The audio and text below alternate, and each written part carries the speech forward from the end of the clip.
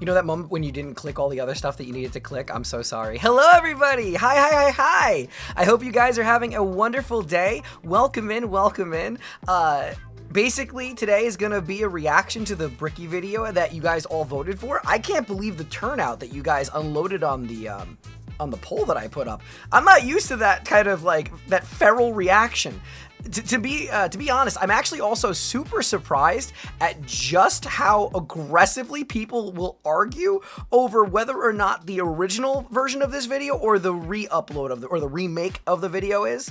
It's really feral. Good. In all seriousness, glad to have you checking out Warhammer. Thank you, Hayden. I appreciate that. I legitimately don't know what half the things you said were, but I'm sure I'll learn them over time. Black Library, the publisher of the Warhammer novels, is something like 800 books. Oh my goodness. Welcome to Warhammer. Hope the lore doesn't chase you off. No, honestly, not only that, the community has been insanely welcoming. Like when I say welcoming, like I mean they're like really welcoming, like some of the most lovely people. It's almost jarring. It's almost jarring how nice some of you guys have been.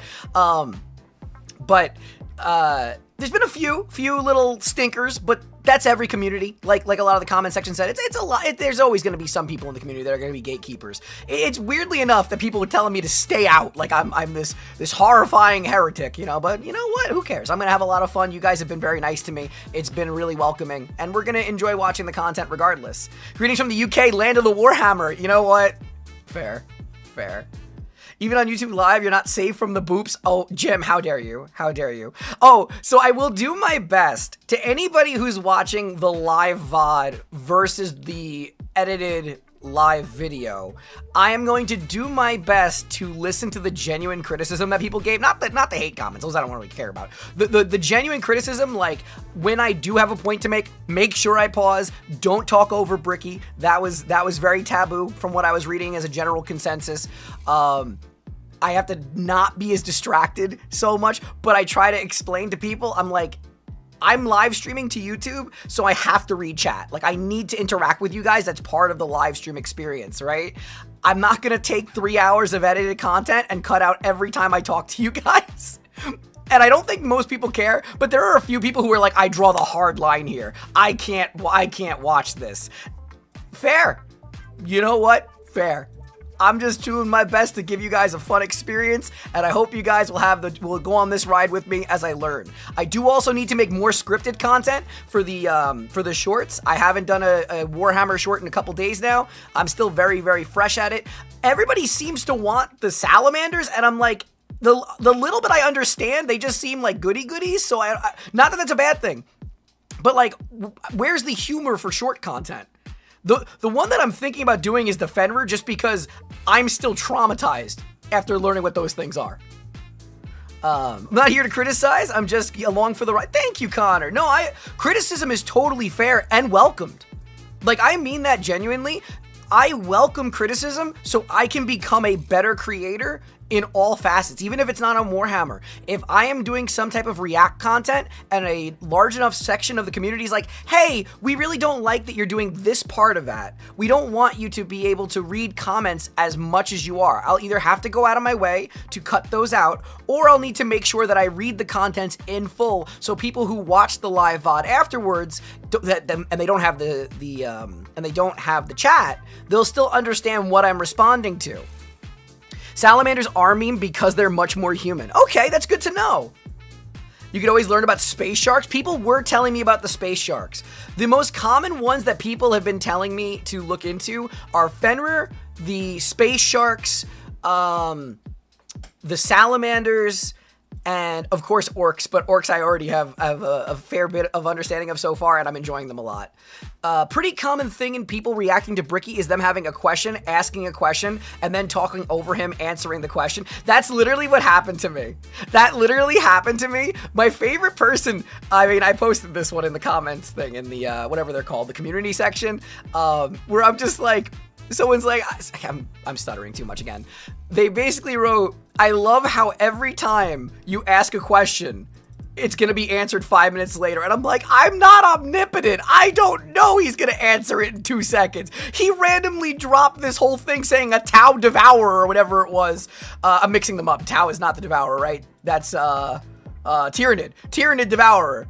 You know, comes out of nowhere during the last video. And I'm trying to understand what's going on. Vulcan burning an elder child to cinders despite being the nicest prime. Oh. Take your time with learning the lore. It will be overwhelming, so take your time, and we're here to help. Look, I will happily do 2 streams a week of this and just legitimately learn with you guys. Tower the Cowfish people? Tower the Cow... Dude, my timeline's getting flooded with some of these memes now, and I'm starting to understand some of them. Even if I don't understand, like, the actual lore. I only recently learned the space sharks have a giant old ancient megalodon on the Karkaradon's flagship. Yes, words. I truly do understand your words, Magic Man. I do. Okay. I want to make sure that we have time to watch the entire thing. The video is 2 hours long, and I want to factor in time for, you know, commentary and pausing. Right now I have about 3 hours, so I have an hour of being able to chime in, jump around, and, you know, provide commentary. So I do want to start into the video pretty quickly. Plus, it makes it a little bit easier to find it when I start doing the editing later tonight. The plan is, for today, I'm going to do the full live stream with you guys, react, do all the goodies, and talk with you all. Then I have an appointment for the cats. We have a vet appointment. Once we come back from the vet appointment, we do a community watch along in the Discord. We're watching Morbius. But then after that, I'm going to be, or either while I'm watching that, or after that, I'll be editing the live form of this into being a digestible video for YouTube. Okay? Everyone is evil in Warhammer. That is what I have kind of seen. Did I? No, we just started. Geo, we just started. We just started. See, no, we just started, Geo. We just started. I was just giving everybody a for instance of how the day's gonna go plan out. We're starting right now. The video hasn't been put on yet. You're good. Don't worry. I honestly figured I'd give it like a good 10 minutes or so, let people come in who want to see it, because there was a lot of interaction in the poll, at least for me, right? There was 300 votes. You know, there was 300 people out there who were like arguing tooth and nail over which video we're watching today. So, you know, props to all of them, and I love the new community that's been coming in. They've been lovely people. I figured I was being trolled. No. The world is just evil like the whole universe and almost everything in it. Yeah. I mean, still, I'm hoping this video does not touch on the Fenrir. They traumatized me. What I missed? You didn't miss anything. You didn't miss anything, Bolos. Oh my goodness. I love you guys. You guys are actually legitimately funny. Yeah, we just started. We have not put the video on. What I figured, I was saying how I have about 3 hours, right? I'm gonna start the video in about a minute or two. And then it gives me, the video is 2 hours long, and that gives me an hour of commentary if need be when I pause and chime in. So that should be more than enough time before I have the vet appointment. And then again, if people want more content and want to hang out, we have a community watch along for Halloween in the Discord tonight. And after that, I'll be editing and I'll be posting this as a long form video on YouTube, either tonight or tomorrow morning. Well, that was a great, don't even joke like that. People are going to believe you, Ben. There are protagonists and antagonists, but yeah, it's a very dark shade of gray from what I've seen. Yeah, you think at least some people are good, and then some, and then they have some evil in them. Dude, my standards of what good and evil are already shattered from the first video. I remember watching the first video a couple days ago, and I asked the question because people memed this in the comments section. I'm just like, we're the good guys, right? We're the good guys, right? And then they're like, yeah, sure, we're the good guys.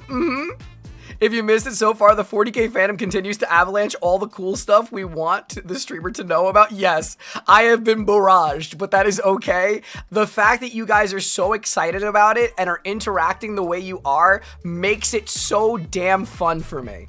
I can't stress enough that you guys don't get me wrong, even if I get overwhelmed and I end up getting sidebarred and I end up getting my attention diverted, who cares? It's about the fun experience we all get to share as a community. I know you guys want to share with me the stuff that you love, and I want to consume it and enjoy it. Right? Like, there's nothing off the table about me doing building and stuff like that. People gave me crap about my comment that I said I don't want to read the books, but I'm like, I'm not a book reader. I'm going to be honest with you guys. I'll listen to an audiobook maybe, but like, I'm not a book reader. I work too much, right? Because like, I'm always streaming either here or on the other site. I'm always making content. So basically what I do live is what I do. That is the content and media I consume. But I'm going to have a great time with this already. The audiobooks have great voice acting. If that's the case, then maybe I can do that, especially while I'm doing other work. If it's not like if it's something I can listen to passively while working, totally game for that, right? If I'm like editing and doing stuff like that, as long as listening to that, I'm not going to start writing my scripts and stuff like that, and all of a sudden I'm going to write Glory to the Emperor of Mankind or some shit like that. As long as I don't do that, it's not going to throw me off for a loop, I'm good. There's like 500 books. Oh my God. Oh my goodness. New here, just about to watch your first dive into Warhammer lore, but spotted you live. Well, you know what? Hey, thank you so much for the lurk. I really appreciate it. Wow. Appreciate it. You know, this is going to be a good time. So let me switch over now. It's been about 20 minutes between the intro and just talking with you guys. I'm going to watch now. I'm still going to read comments. I'm going to try again for the comment section on the long form. I'm going to try to not respond to every single comment just because it triggers some people who watch, but I'm going to do my best. And again, any criticism both here and on the long form when I do edit this, because I'll leave this in, any criticism that's fair and justifiable, I will absolutely listen to, because I want to make you guys better content. I genuinely do. For example, the Tyranids are bugs that just want to eat stuff. They aren't inherently evil. They aren't killing other races just because it makes their tingles their funny bone. Oh my goodness. Try pausing if you want. Well, that's what I'm going to do. That's one of the things that people suggested to me. So I'm going to do my best to not talk over Bricky. I've learned that is the taboo, so I'm going to let our God Emperor Bricky speak, and then I will pause, and then I will interact. If I do talk over him, I will try to rewind. I don't want to miss content. I'm going to do my best. You'll probably hear me make little comments while he's talking, like, what the hell, oh my goodness, blah, blah, blah. Like, I'll do stuff like that. I'm not going to pause to say that, but, like, if I have, like, an inherently, unique take on something, of course I'll pause. Favorite faction yet? Right now, I'm not gonna lie, it's probably the orcs. Probably the orcs, because they're memes.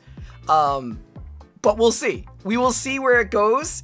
I'm open to any and everything. The only thing I don't like are the Fenrir, because they freak me the hell out.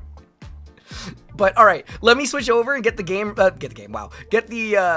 all ready. I'm just gonna move my screen over so I can have the chat box on my left. I'm gonna get Warhammer. Actually, wait a minute. I can make this even better. I can just do full screen over here. Move myself. Okay, I don't even need to do this the hard way. I could literally just have everything front and center so I can have access to you guys while I'm looking at the VOD. Smart Hookie. Orcs the best. Good. I'm glad you like the orcs. There are no wolves on Fenris. I know there's no wolves on Fenris, and I hate it. I hate what you guys have put me through. Okay. All right. Let me get the video. Let me put it over here. We're gonna full screen it. Let me. Bricky, shush. Not yet. We're not ready for you yet. Soon. Let me get everything set up first, Bricky. Where are we? This should be this. Okay, there we go. There's our buddy Bricky. All right, there he is. There's the man, the goat, the brick through the window, as everybody likes to call him in my comments. Let me get my music off. All right, and here we go, gamers. Let's have a good time. In the kind brightness of the far past, there was no war. Our galaxy was, for a long time, fairly empty and quiet. The first known species to appear during this time are known only as the Old Ones, cosmic entities we understand that that. traveled across the galaxy with ease and seeded life through the stars. Shortly thereafter, a new species began to arise. The Necron-Tyr, evolving under Okay, the so he's harshness of recapping a the other video we devastatingly watched. powerful star. The short-lived and irradiated Necron-Tyr try to find the secret to eternal life and to be freed from their terrible existence. As they expand through the stars, they find the Old Ones and they plead to them to share the secrets of the universe and grant them purchase from their short and painful existence. The Old Ones respond with a lull. I'm trying to absorb it, I And promise. a Lamau, and with their immense power, they force them back to their homeworld. The Necron-Tyr, filled with rage and hatred, make it their duty to get revenge on the Old Ones. A revenge. Okay, so I'm gonna take the advice and pause when I have stuff to say. So from what I understand in the other video, and I'm sure he's gonna explain it, so I apologize if I'm asking stuff that's going to be explained later. The Necron-Tyr don't become mechanical murder machines until they don't become the Necrons until they're murder machines, right? The Necron-Tyr are still organic, and then they're soulless husks when they become Necron, right? That's kind of the vibe that I've gotten. I'm sure he's gonna answer this, but that's the vibe I've gotten. Okay. That would come swiftly as a chance encounter with other gods gave them a solution. These other gods were known as the Catan, a race of highly powerful star-consuming entities. Oh, we didn't know the Do name. not fear, young mortals, for we, Catan. the Catan, will provide you with the immortality you seek. Come now, won't you shake a poor sinner's hand? Quoted from Mephetron, the Deceiver. The Necron-Tyr accepted the Catan's offer of immortality, but believe it or not, this turned out to be a ruse. A trick. The Catan crafted gigantic furnaces and began the process of biotransference. The Necron-Tyr willingly walked line by line into the furnace engines made by gods who devour stars and had their souls consumed. Okay, you know what you said that this was going to be more I didn't realize it was a conveyor belt of conversion. That's so... why am I surprised that this is dark? Why am I surprised that this is dark? Who am I kidding? Consumed instead. The short-lived, irradiated, and cancer-inflicted race of the Necron-Tyr ceased to be, and the immortal, soulless Necrons remained. Now backed by the immense power of the Catan, the Necrons rally against the Old Ones, and the bitter conflict in the stars at this time is known as the War in Heaven. Despite creating various races and entities to aid them in this Dead battle, Husk Factory. the Old Ones are overwhelmed and eradicated down to the last, due to the sheer power of the Catan fat off the souls of the Necron-Tyr, and with an army of unthinkable robotic slaves at their behest. However, the Catan are greedy, spiteful gods, and when there was no foe worth killing, they turn on each other. The Necrons then... Okay, so my other question, if he did mention this, I'm trying to absorb a lot, even in this short window. So the old gods are one set of gods, and the Catan are another set of gods, correct? Or is it that the Catan is like part of the old gods? Are they totally separate, or is the Catan like a sect of the old gods? Because, yes, that answers separate. Okay. I was gonna say it took a second for chat to catch up. I'm like that was two different things. Okay. All right. Thank you guys. All right. And put their I'm trying to learn and lay waste to them, securing their freedom. The once subservient Necrons now control their former masters. Worn out and weakened by these wars, the Necrons under their leader Zarek, the Silent King, lie dormant with a plan to eventually wake and reclaim control over the galaxy. Over millions of years, empires rise and they fall. The species created by the Old Ones have footholds over the galaxy, but on a pale blue dot in the thick of all this conflict, humanity begins to... I'm sorry, Bricky, and I'm sorry, chat. Last question, I promise, and then I'll let longer swaths happen. So the Necrons, are they still self-aware? Because they're not controlled, right? Like they do rebel, from what I understand. So they're not controlled by the Catan. They are a self-aware army, or is it just some of them, or a self-aware species, or only some of them self-aware? Because it's always hard to tell when it's like some of them. Okay, so the leaders are self-aware, the rest aren't. Thank you. Okay, cool.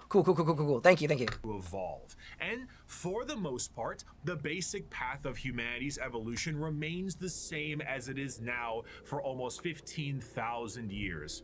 Right now, in the 21st century, this is canon. You, right now, Twitch streamer reacting to this video, you existed at a point in the Warhammer universe. Oh my god, he called me out! Humanity's ambition and the power of their technology becomes unmatched, and the golden age of expansion begins. Humanity starts to branch out through the stars with powerful tools used for agriculture, mining, and expansion. Some branches of humanity through the would window eventually settle far away from Earth itself, and around this time, the psychic ability of humans are greatly expanded, and what we begin to know as psychers appear. But despite all the progress, things would begin to collapse. The machines created to aid humanity would turn on them in M23, an event known as the Cybernetic Revolt, and trade would begin to collapse due to the immaterial warp, aka actual hell, beginning to cause ruptures in space and time. These warp stones would separate humanity, and this would be what is known as the Age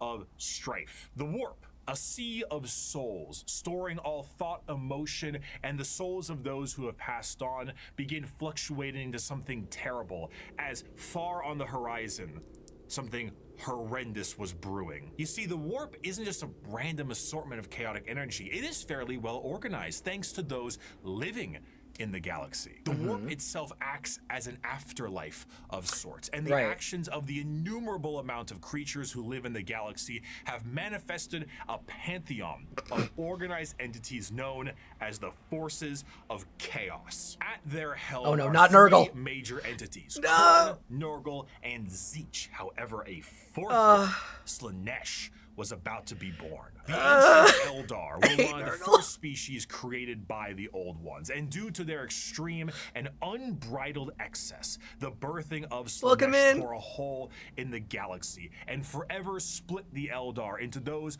of the craft world, who sought to bring their species back together, and those of the Drukhari, who wished to continue what caused the birth of Slaanesh in the first place. The birthing of this fourth chaos god settled the warp storms of the Immaterium and ended the Age of Strife, but humanity was still fractured. So one man...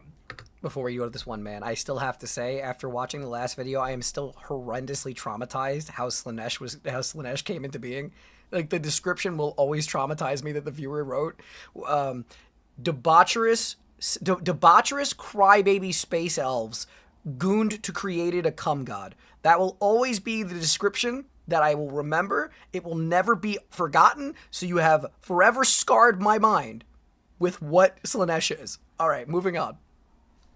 Revealed himself and spearheaded an immense attempt to reunite all the fractured pieces of humanity. That man was the Emperor of Mankind. After reclaiming the nearly destroyed Earth, the Emperor embarked on the Unification Wars to unite humanity under the banner of the Imperium of Man. However, due to the very long and devastating impact of the Age of Strife, humanity as we know it is not the same. To reconquer Earth, the Emperor would need more than mere men. Great beings, known as the Thunder Warriors, were recruited by the Emperor to reclaim the Earth with ease. But these warriors are a blunt tool and had, overstayed their welcome. He would need something better. And that solution would be known as the Space Marines. Okay. Superhuman soldiers They were the that will precursors. have the skill and cunning exponentially greater than the mortal man. These new warriors would be commanded by an elite group of his very own sons known as the Primarchs. Unfortunately, though, Daddy didn't charge the baby monitor, and his 2018 sons would be stolen by the forces of chaos I and love him. scattered He's across the galaxy. he's so funny. This would begin the Great Crusade, a monumental task to take back the stars in the name of humanity and reclaim the lost Primarch sons. However, he would need the fires of industry to make this happen. Also, I will say this to chat. I am reading everything you guys write, even if I'm not reading it out loud so people can enjoy this. And again, I'm sorry if now the pausing is too much. I'm going to find that comfy middle ground, I promise. So you guys are making me laugh, and I'm trying my damnedest to keep a straight face, because I see some good comments in there. Looking to the distant cousins of Mars, the Emperor signed a treaty with the technologically irradiated hellscape of the Red Planet and allowed the cult of the machine god, the Mechanicum, to supply his crusade. While Space Marines were the tip of the spear, their numbers paled to the vast might of the Imperial Army and Navy. The Astra Militarum and their seemingly endless numbers make up the bulk of the fighting force for humanity, supplied by the intelligence and prowess of various agents of the Imperium, such as rogue traders and assassins. Due to the lack of connectivity between the worlds, what a society had become over thousands of years became mysterious and varied. Tools once used for harvesting and agriculture now are being used as machines of war in the form of imperial knights. Some of these fractures of humanity would even be changed further and become unrecognizable to the average human, with differences in they're size, cool looking, I won't skin lie. color, appendages, cat ears sometimes.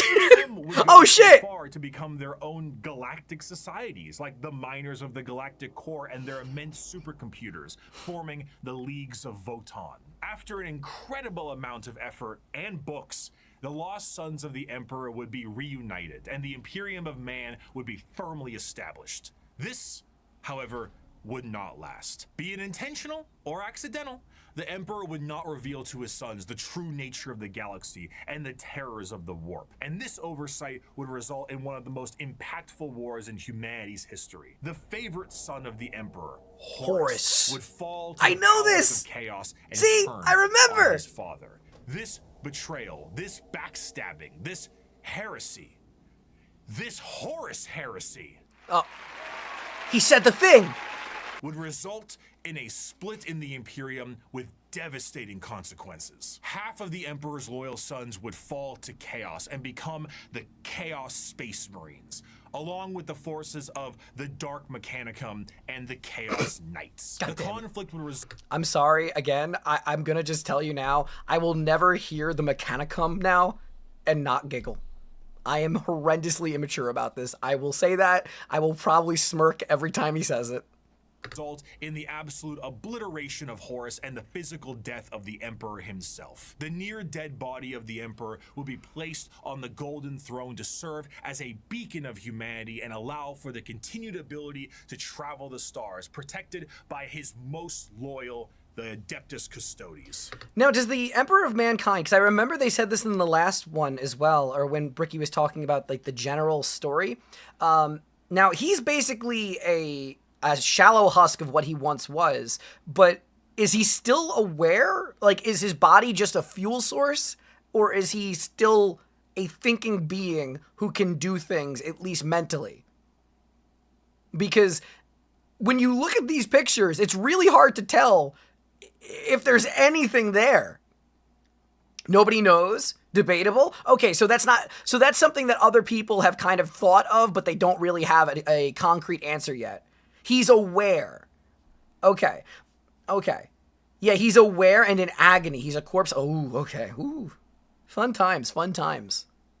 The Imperium would be vulnerable during this age of rebirth, and Terra would find itself under siege by one of the most formidable species in the galaxy, the Orcs. As time went on and memories of the Emperor's vision began to fade, the Emperor would become less of a head of state and more of a religious figure. And the Imperium would change to reflect this. The leadership on a planet would be at the behest of the High Lords of Terra, and their actions would be courtesy of the incomparable power and authority of the Inquisition. The zealots of the Imperium would intensify and create a brand new era known as the Age of Apostasy. And this ecclesiarchal command of the Imperium what a cool would design. end up with one of the strongest fighting forces of Terra, the Adeptus Sororitas. Over time, this age would come to pass. Wait, you guys have never said, there was not a single person in any of the comment section that talked about archangel-looking things called the Adeptus Sororitas? No one said anything about, those are the battle nuns? Okay, because no one's ever wrote down Adeptus Sororitas. All you guys wrote down were battle nuns or sisters of battle. Okay, at least I now know that that's what that is. Because I'm like, what is this angel? Like, what is this thing? Okay. And we would approach the 40th millennium of Warhammer 40,000. Which, you guessed it, would come with its own form of problems. A primitive species once found during a recon mission would be able to evolve in relative secrecy for 6,000 years, becoming a highly advanced coalition of aliens known as the Tau Empire. And if the threats of the galaxy weren't bad enough, there are threats from outside the galaxy. As a monster has begun to wrap its tendrils around the Milky Way, the Tyranids, I was gonna say it's the monsters Tyranids. that serve a psychic hive mind and present tactics previously unseen in the Milky Way, be it a direct assault with their monstrous bug-like presence or through the more covert gene-stealer cults. Is it like unhinged behavior to say that they look really cool? Like, is it? I know that it's like liking Predator mouth type of thing, but like, that thing looks cool. Like that, I normally don't like, you know, unearthly terrors, but that thing's fucking cool looking. And I cursed, so I might have to edit that out. But that was cool looking. The presence of yet another threat in the galaxy is proving to be overwhelming to the Imperium. In the 41st millennium, there is no peace among the stars. At any point, your life can and will be threatened by the Xenos races uncountable, or by the arch enemy of chaos within, or by the decroded terror that is the Imperium itself. It is to live in the cruelest and most bloody regime imaginable. Forget the power of technology and science, or the safety of promise and understanding. For in the grim darkness of the far future, there is only war. Yeah, I've gotten that vibe. But are there hammers? That was his intro! That was the intro! Holy shit, that was just the intro!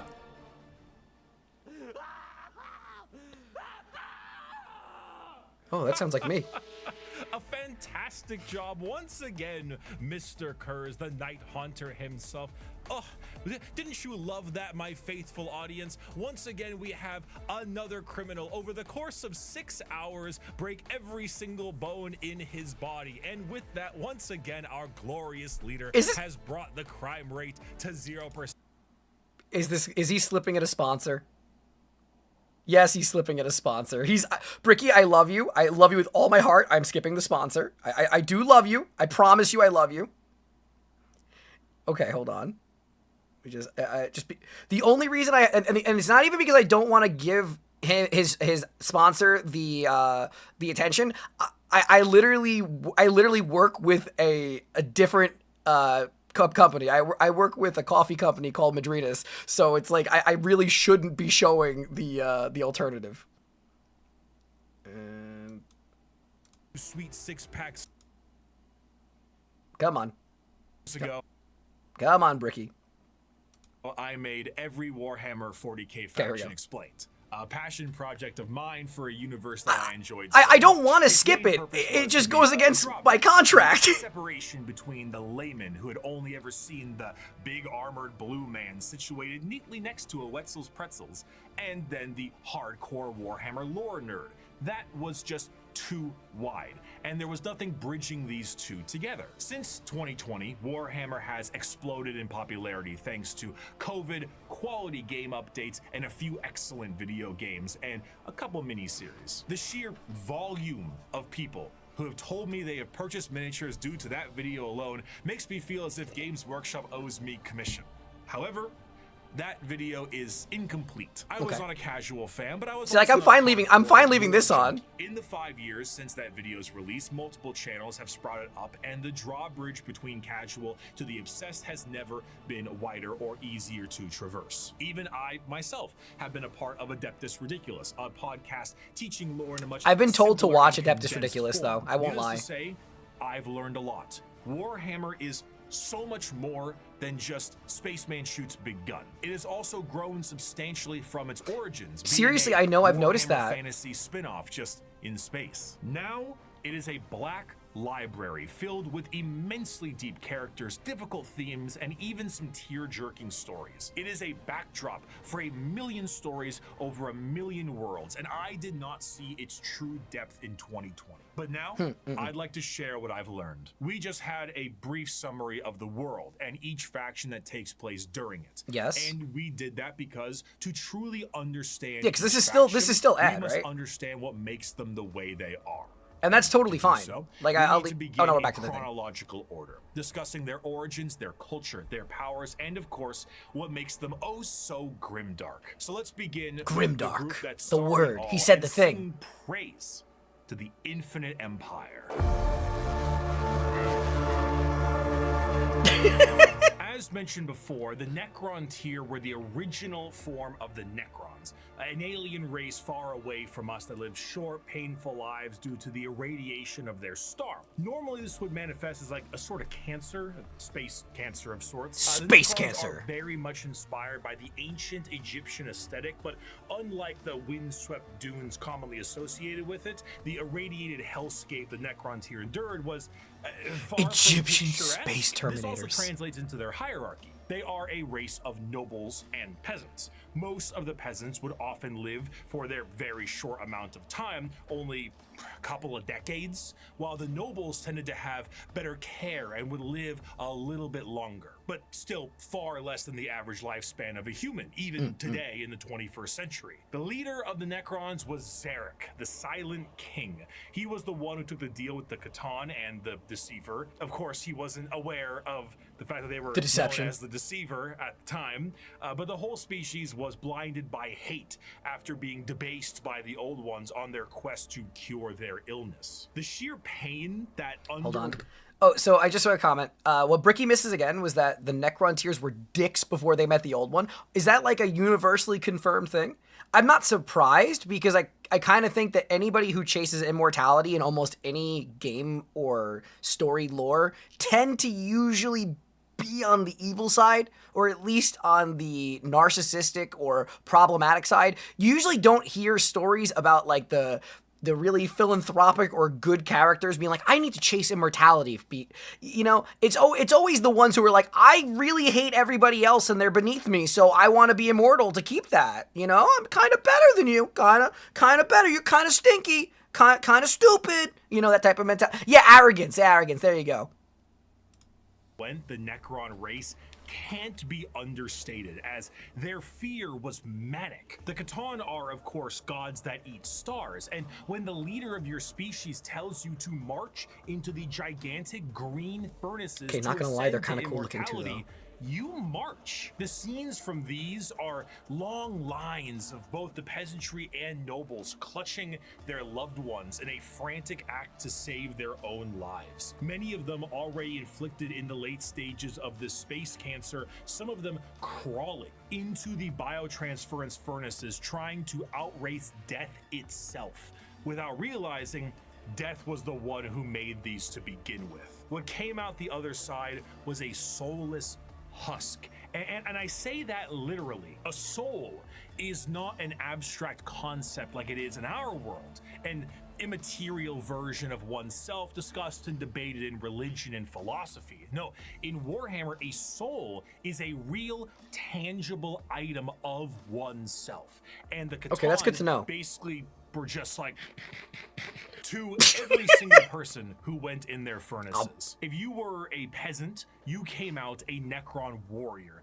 and you as an individual have ceased to be. You have no mind, you have no soul, and your body, as you know it, is made of an extremely advanced mass of re-knitting living metal known as necrodermis. You cannot think for yourself, for you do not have a brain to think with. All you do now is await protocols from your overlords, which are the nobles who came out of the furnaces with their minds intact, not their souls, mind you, but their minds are very much intact. These nobles now have command protocols, and they are able to command all of their peasantry and do with them whatever they wish. Zarek, the Silent King, is the most advanced of all the Necrons, a perfect metallic version of... Okay, so if they lose their soul, but they keep their mind, what was they have command protocols, right? But like, who gave them the protocols? Is it because these were given to them by the Catan? Or were these just kind of something that happened? Is it one of those things that's kind of up in the air?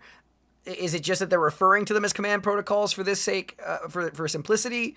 Because they still have their mind, so they can free think, but they don't have a soul. But I'm assuming that a soul works a little bit differently in the Warhammer universe. Because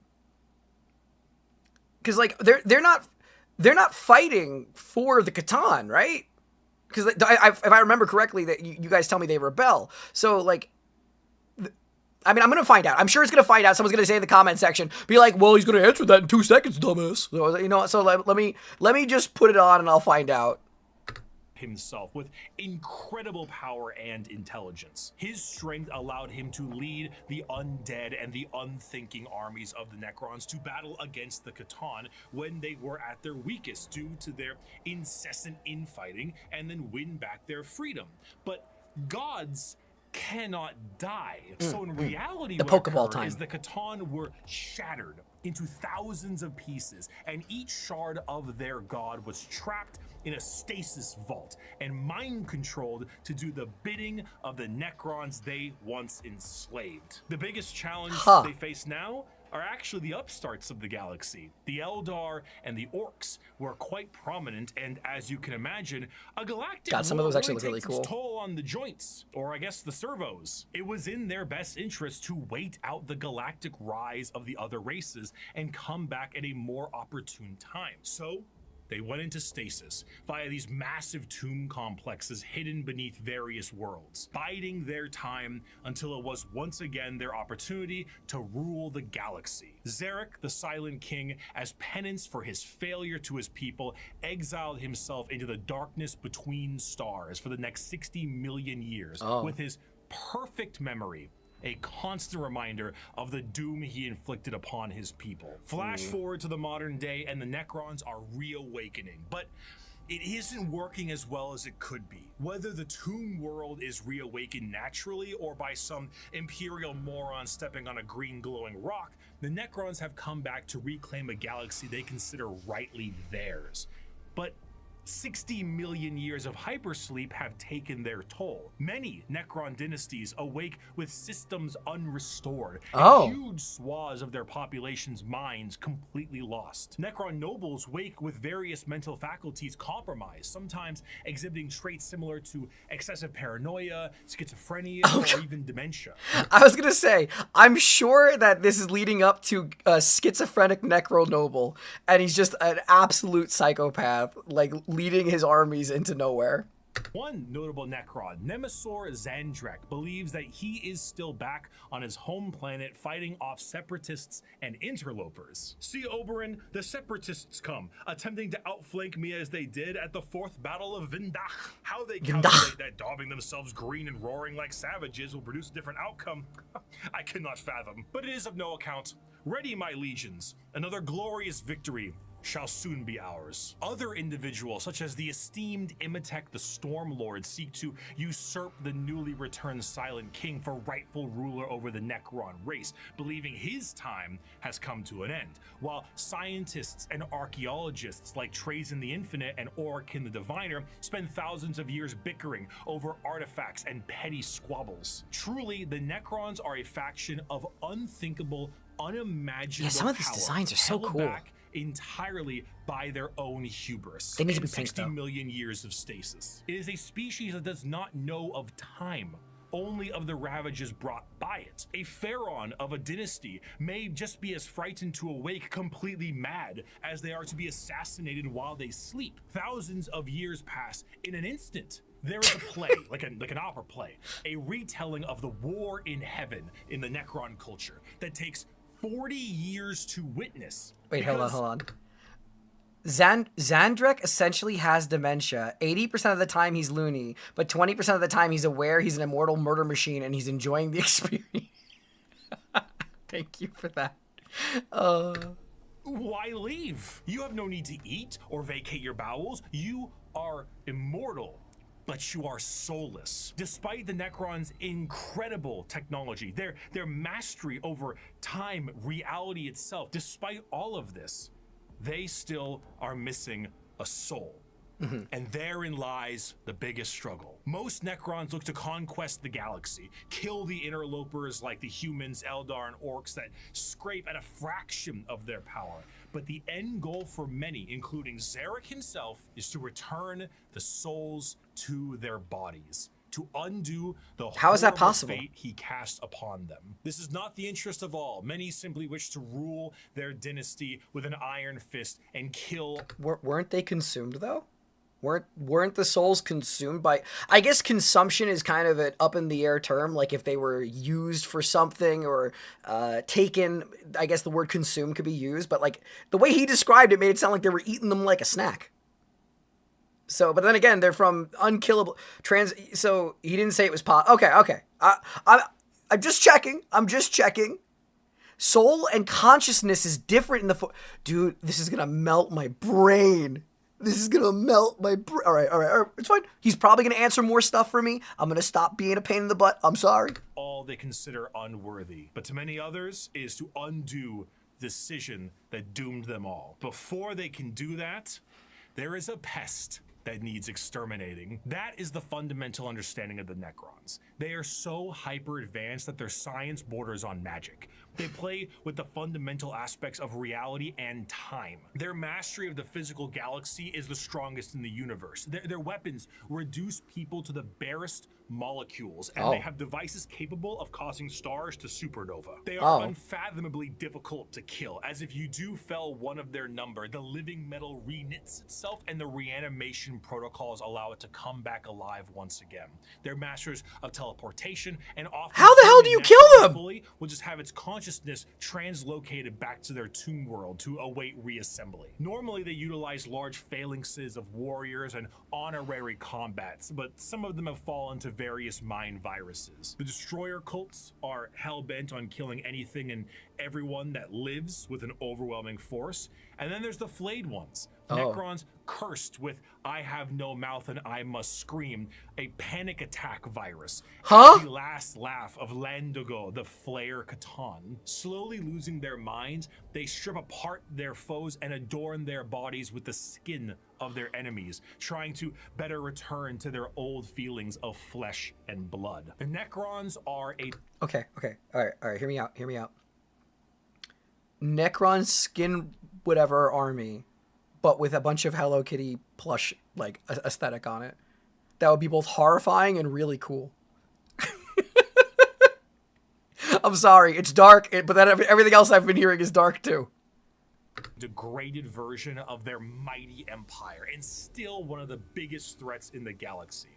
The only thing keeping them at bay currently is their awakening sickness and their infighting with no care to the timeline. But they are coming, and slowly they plan to rid this galaxy of the vermin that inhabit it. My people shackled the stars and broke mortality when the species you sprang from had barely left the slime pools it spawned in.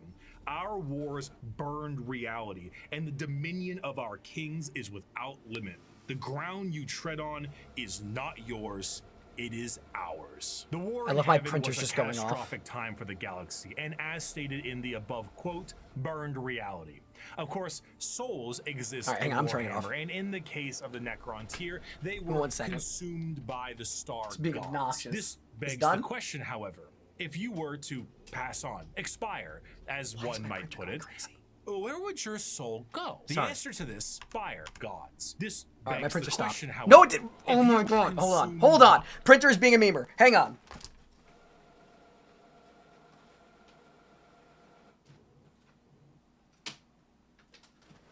No. Turn off. What do you mean it won't turn off? What do you mean busy? Try again later. Abs, what do you... Oh my god. I'm gonna make lose it.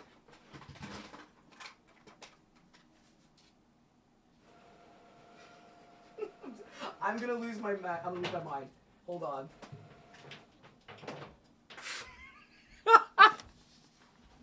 Okay, I'm back. I'm back. I don't even know what just happened. My printer just decided, like, I am going to be the most inconvenient thing ever right now.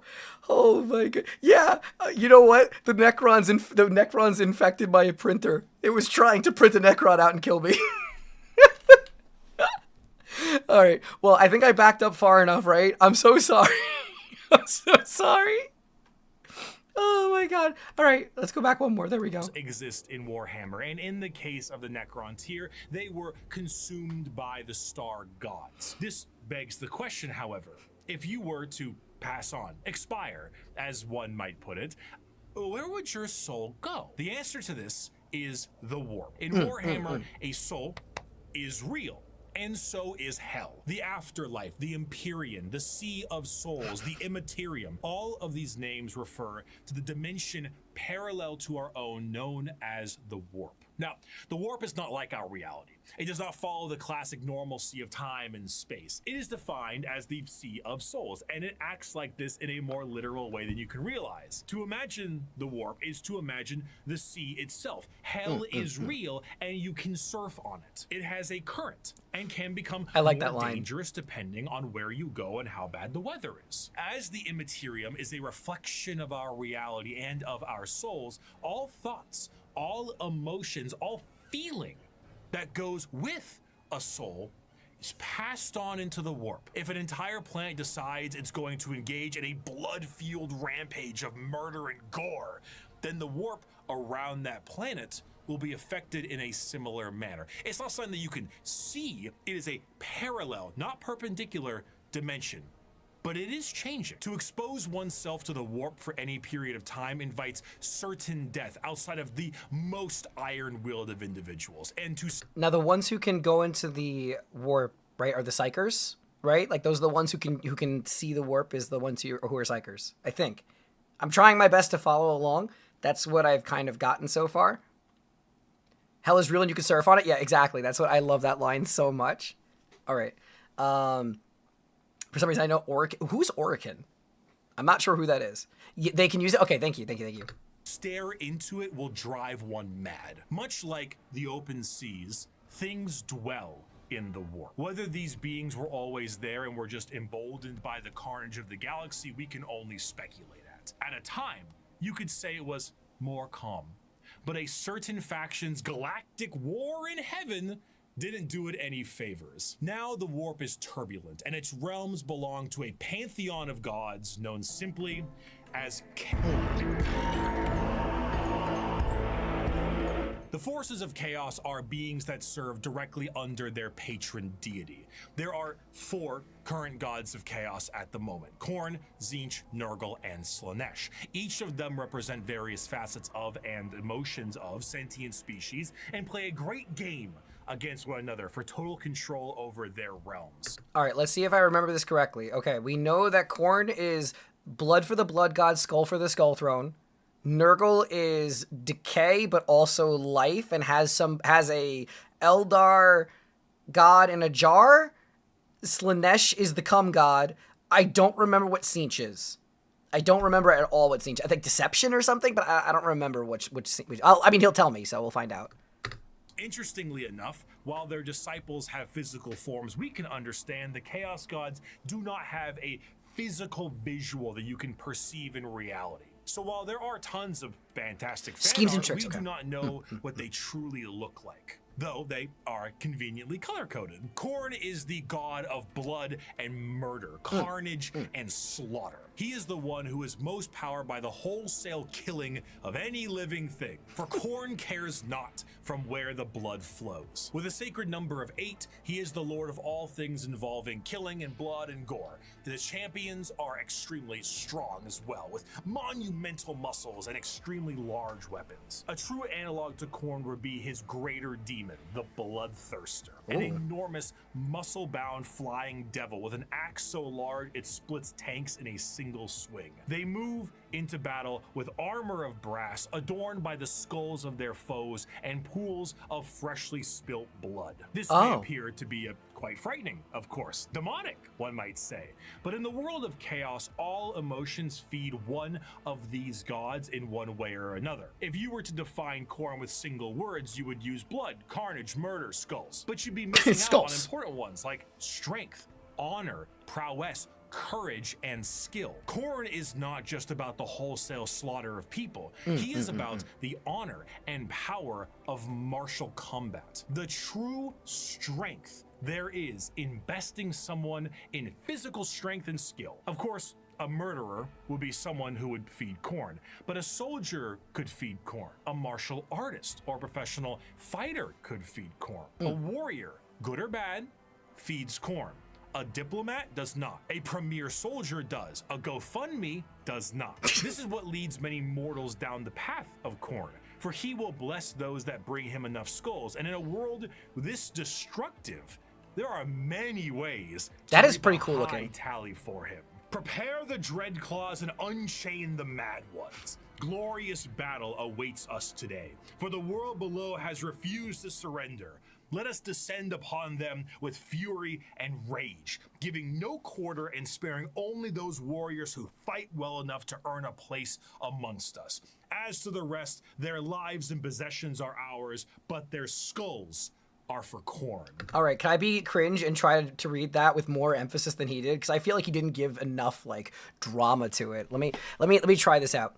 Prepare the Dreadclaws and unchain the Mad Ones. Glorious battle awaits us today, for the world below has refused to surrender. Let us descend upon them with fury and rage, giving no quarter and sparing only those warriors who fight well enough to earn a place amongst us. As to the rest, their lives and possessions are ours, but their skulls are for Khorne! Sorry, I had to do it. Normally, if I ever want to explain Khorne, I just kind of show him this clip. I'd never stab you in the back, Shepard. Warriors like you and me, straight to the face. Moving on, Tzeentch is the second god, the god of trickery and mischief, the changer of ways, the great conspirator and the architect of fate. With a sacred number of 9, Tzeentch is truly the god of change in all of its forms. He's creepy looking, I'm not gonna lie. There is an obvious undercurrent of mischief and cunning. Tzeentch is such a liar that his pants have gone thermonuclear.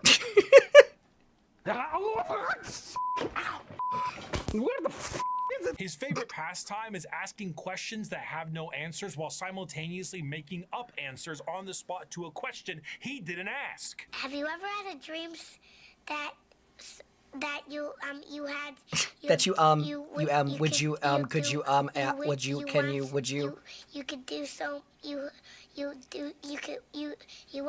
want him to do you so much you could do anything?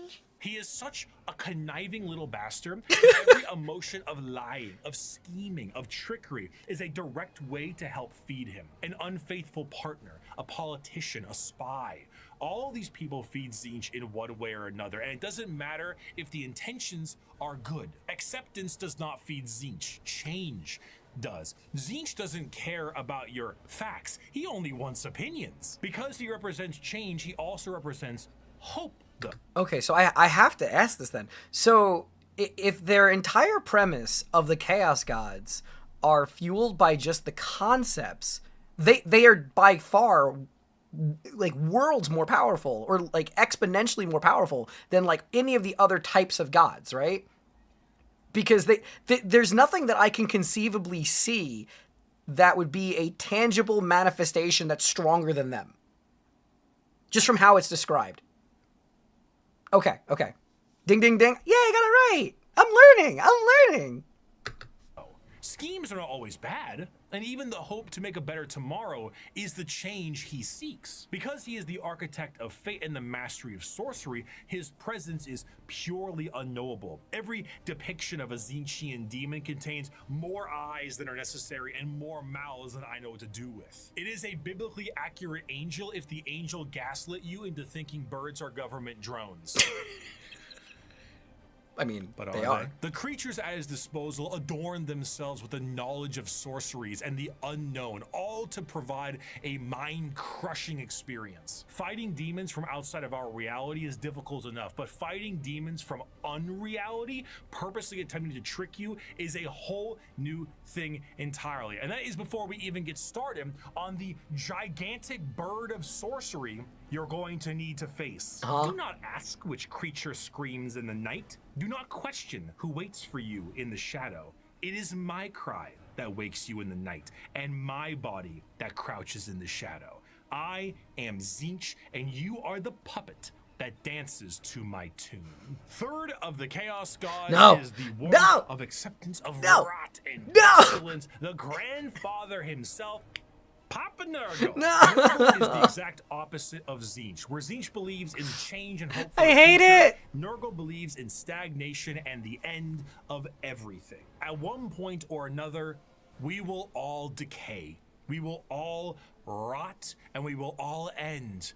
And with a sacred number of 7, every single I don't want to embrace him. Spoil and everything in between comes under the great shadow and girth of Nurgle himself. For Nurgle, the plight of mortals is his fear and wine. And no matter how solid life might be, everything will decay in the end. In the creation of life, there must be an end to that life. And nobody has more creations to end lives than Grandfather Nurgle himself. Every boil, every blemish, every pus-filled wound and disease, every rot and every plague is kept and concocted by Nurgle. This, humorously, keeps Nurgle as a jovial god. He is full of life and laughter, and by creating as many diseases as he possibly can, he shares that joy with mortals. I mean, his envoy is the great unclean one, and look at how happy he is.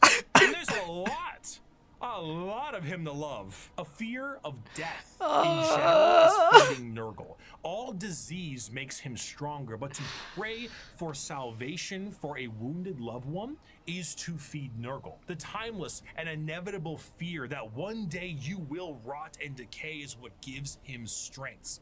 The Peloton won't feed Nurgle. Licking the doorknob on a public bathroom certainly does. However, should you embrace your grandfather's gifts, you may find an end to your pain.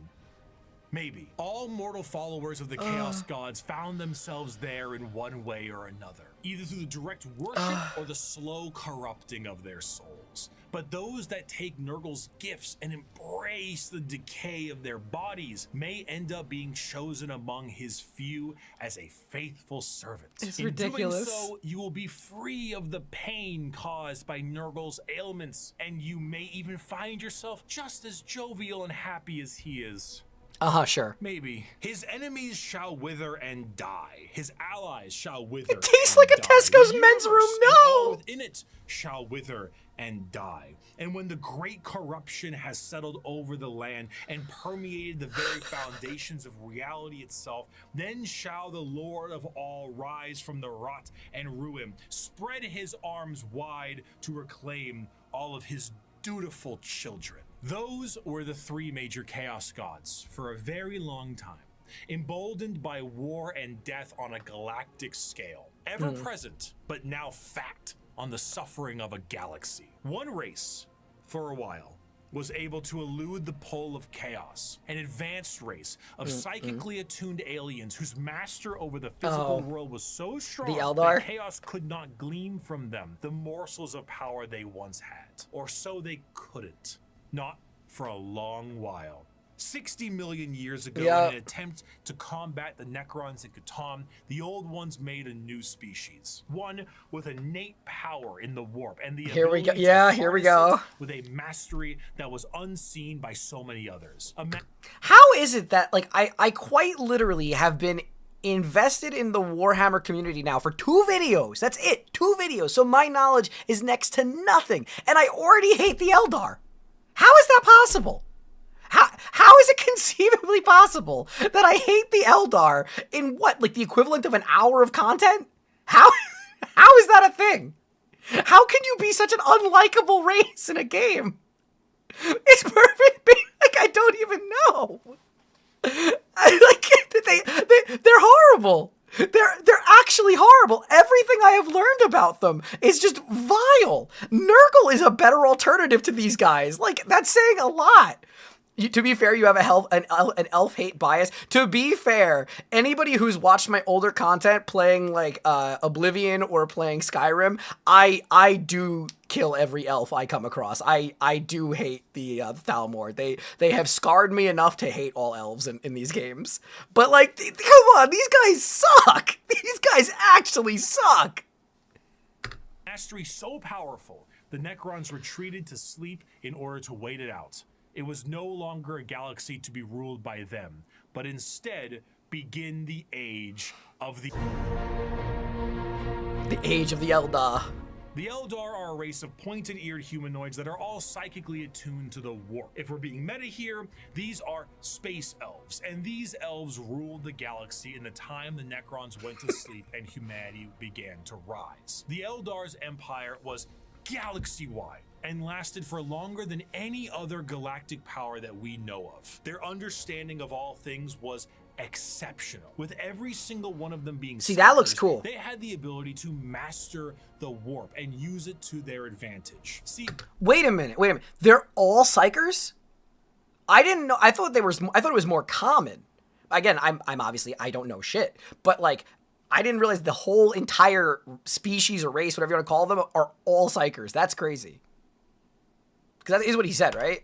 They had the things was exceptional. With every single one of them being psychers, they had the ability to master the warp and use it to their advantage. See, being a psyker is basically like being a wizard, or I guess in this case it's more of a sorcerer, since you are born with the gifts as opposed to learning them. In order to utilize your psychic abilities, however, you must then reach into the other dimension, into the warp, into hell for that power. So if you were to say, cast Fireball, your mind would reach into the warp, gather the strength to rewrite reality, to then cast Fireball. Now, you might think to yourself, doesn't that mean if you are opening up a power to the warp, you may create a lot of risk to yourself because of all the horrible things we just talked about in the warp? Mm-hmm. Yes. However, in Warhammer 40K, willpower is a real, tangible thing, in the sense that in its own right, it can be weaponized. What? Being strong of will means being strong of soul. And being strong of soul means you can resist the pull of the warp that much more. A more inexperienced psyker opens up a hole into the warp that is large, and that hole widens to get more power, allowing evil things to get in. A powerful psyker is able to open a very small hole, but with immense force, to get the same amount of power with less risk. The Eldar are master psychers. Every single one of them can call upon the warp, and over millions of years they have perfected it so much so that they can weave structures out. Yeah, some of these designs look so cool though. Galaxy, they utilize the warp itself for interstellar travel. The Eldar ain't having any of that noise. How about we utilize a fancy alternative mode of travel that is substantially safer than the old ones created, called the Webway? What about dying? Miss me with that. We no longer age. And if we do, we can just be reborn like that. Food, water, materials, we make things out of distilled warp essence itself. We sing unreality into cathedrals to dine in. What truly could the Eldari Empire possibly fear?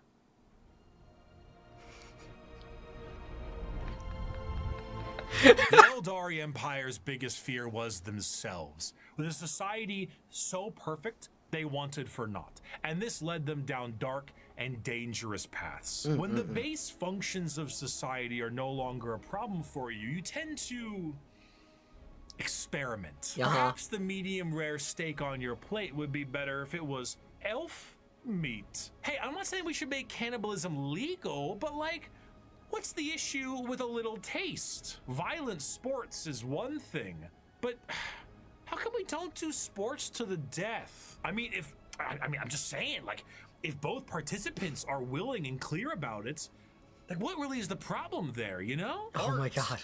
Is in the eye of the viewer, and what is considered art is completely up to the concept of one's interest. A canvas adorned with the blood of a man wronged is truly the visual poetry that our society needs. Wait. Okay, you just made a really, really good comparison there, Xerox. This is literally somebody who unlocked console commands and just got, like, they ran rampant. They got bored with base game and they said, well, you know what? I could spawn in a million things and have them kill each other for fun. So, you know, why not? You know, that'll be cool. Hedonism. With a slow and consistent hedonism, the Eldar slid backwards into debauchery of the sort I cannot discuss on this YouTube video. Murder on stage, delicacies and drugs distilled from one another, the trade of slaves and concubines, and much worse. The Eldar physiology has their emotions heightened, and they can feel more than a human does. So while it can provide lows of pure despair, it can also provide greater highs than you have ever known. And swinging between the two of them was the Eldar game. The Warp took notice of this heavily, and it began to react. On a galactic scale, the debauchery and the hedonism of the Eldar race caused levels of warp storm so pronounced and so volatile that it cut off interstellar travel for all those who used it. Communications between planets was removed, and a nightmarish era of old night began. Fun. This continued for thousands of years, hundreds of thousands of years. The Eldar all but removed from the problems being caused as they entered heights of more and more ecstasy. They needed more and more and more. Nothing was ever enough. More murder, more torture. It's art, it's delicacies, it's life. This silence offends Slanesh.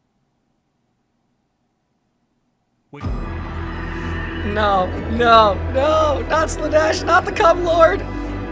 Slanesh, the prince of pleasure, she who thirsts, the god of unspeakable excess, is our fourth chaos god, with the sacred number of 6 adorning their title. Slanesh is a bit of a tricky one, because with our other 3 chaos gods, there was a certain understanding of human emotions and desires, but for Slanesh, that desire is how they get their power. The words to be used would be decadence, pleasure, perfection, passion, excess, and many others. The pursuit of more, the want to do more, experience more, become more. That's what gives Slanesh their gifts. A lot of people believe that Slanesh is something that originates with sex, specifically, and it makes sense why they assume that. The visuals of Slanesh patrons are all very lithe and sexual, but they are also intentionally androgynous to appear attractive to a variety of intrigues. However, to think that Slanesh specifically derives to a variety of intrigues. However, to think that Slanesh specifically derives from sex would be mistaken. While it is true that a lot of humanity's actions can relate to getting laid, and Slanesh is the dark prince of desire, it's more on the lines of feeling an excess of an emotion. It is excessive touch and scent and desire, and a lot of that has to do with sex. That's why it looks like sex, but it's more than just that. A patron of the arts may feed Slanesh, one that aspires to be that. A patron.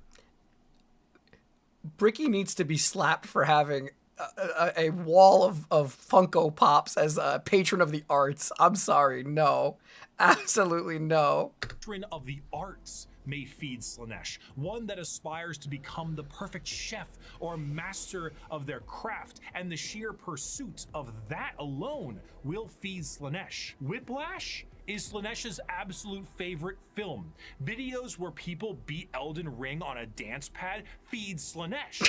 There are no two words in the English language No, challenge runs, no! than good job. But is there a line? No. No, man, no. This also moves into the concept of feeling. Since I'm trying not is a to. majorly Slaanesh-coded thing. It might start off feeling good, but then you get to play around a little bit, you know? You play with a little bit of pain. Light pain might not be enough, so you might want more. Or inflicting the pain could be your jam. Music can increase to volumes that may hurt your ears, and even then that might not be enough. More.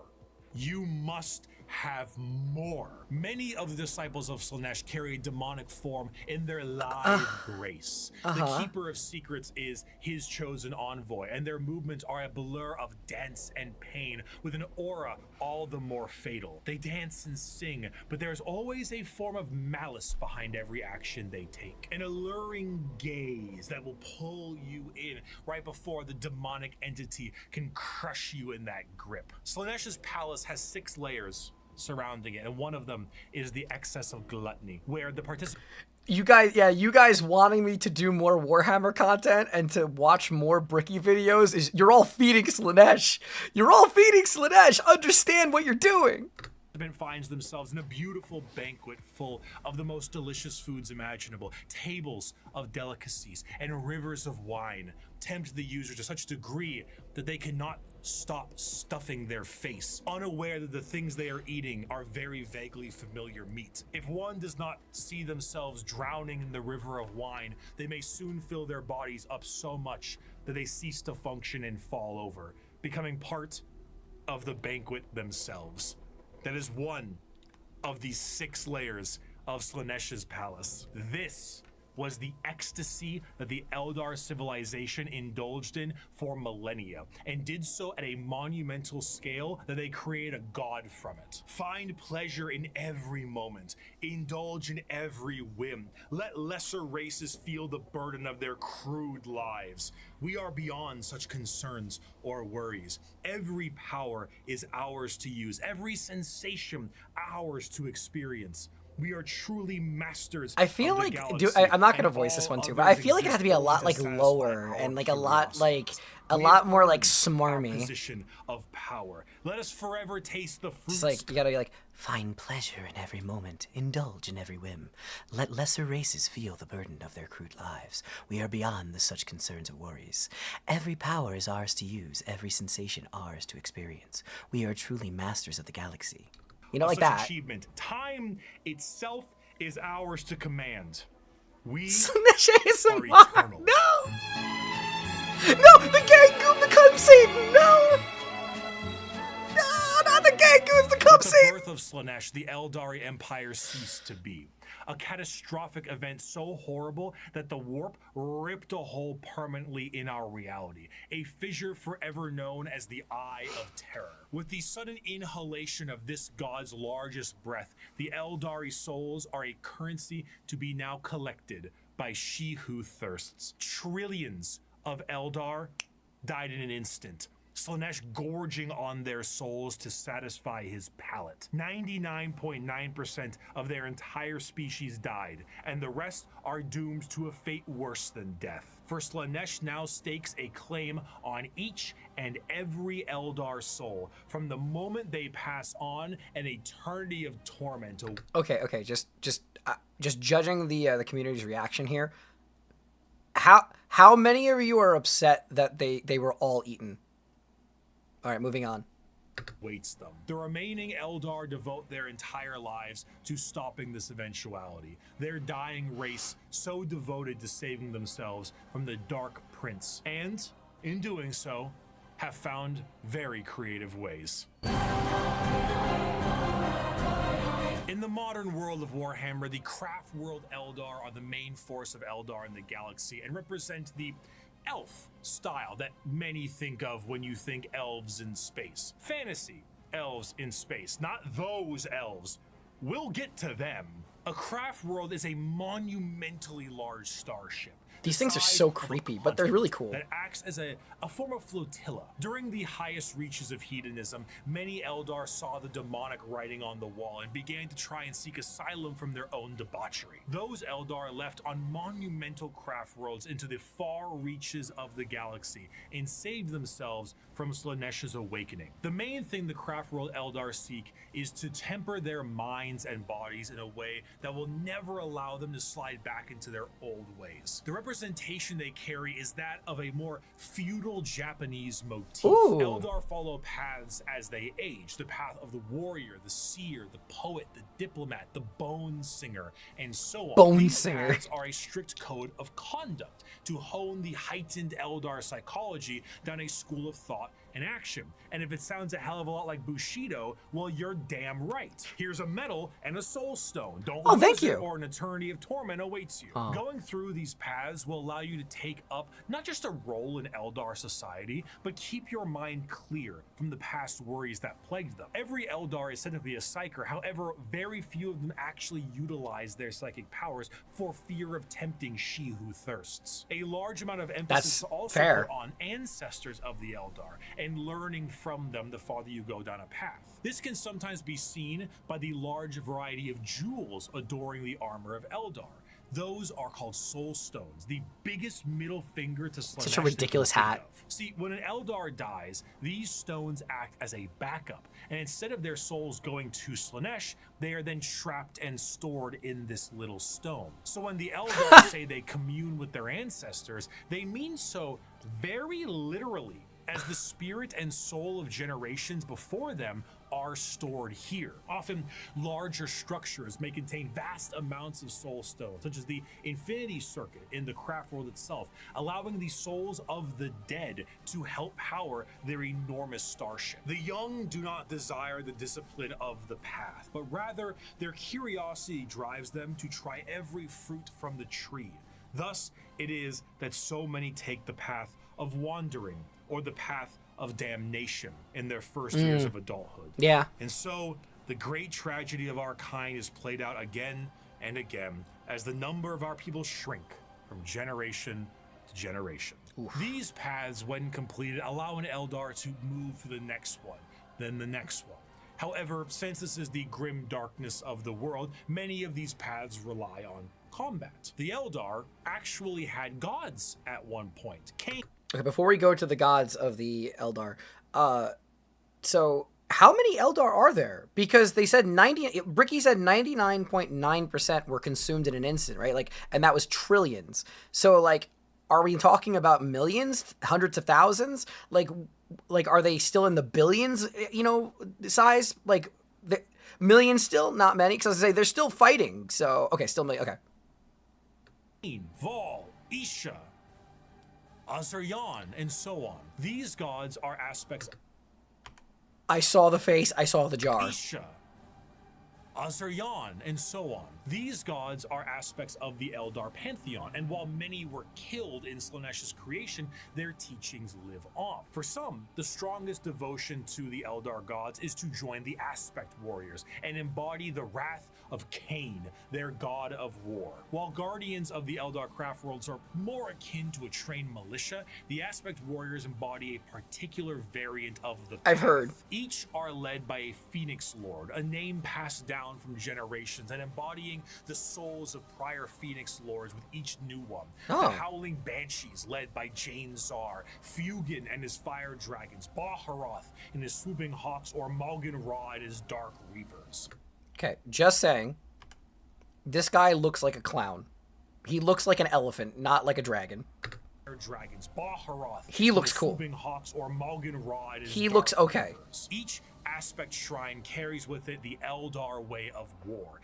Fast, hard-hitting, and incredibly tricksy, for they do not have the numbers to fight in any other way. The Craft World Eldar show how mangled an empire can be by their own actions. They once ruled the galaxy in an honest, non-hyperbolic way, but in the end, they were bested by themselves. Yep. And their most prominent remnants are forced to drift aimlessly through the galaxy, trying to save their species from extinction and resist the temptations of she who thirsts. But for some, the party, it's just beginning.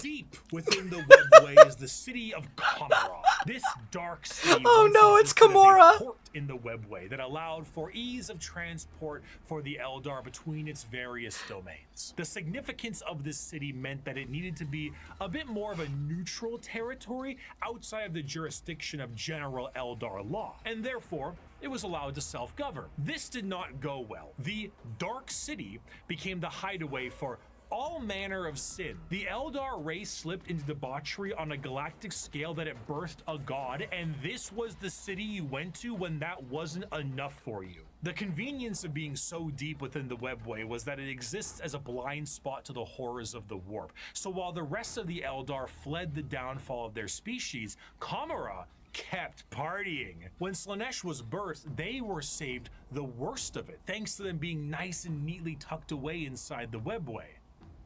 But only somewhat. The Dark Prince did not have a grip around their soul, but the tiniest pinky finger, and they were still pulling. But due to their excess hedonism, they found a solution to this problem. If they tormented others, they could temporarily rejuvenate their souls and continue to cheat their inevitable death by placating the Prince of Pleasure. And if they kept this up on the regular, they could effectively become immortal. Thus, the Drukhari were born. Unlike the more stoic elves you see in works of fiction, the Drukhari themselves exist as a sort of analog of the more grim and fiendish elves you find in Norse and European mythology. The Drukhari are soul vampires, but the more basic means to feed are hardly enough to keep them going. This desire to feed is known as the thirst, and to quench it effectively, they have mastered the art of biotechnology and dark...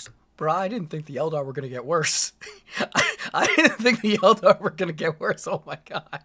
Sciences to really juice themselves up on the crispy soul sprite from the vending machine called the Galaxy. The majority of Drukhari act as pirates and raiders and slavers. They go into our physical reality and drag people back to Kamara to commit atrocities that go beyond any imaginative torture a human can think of. The Drukhari are organized in various groups throughout the Dark City to accomplish this in a more organized and extremely brutal way. The Cabals act as the main warriors of the city, led by their Archons. Witches and Succubi act as entertainment for Kamara in gladiatorial arenas.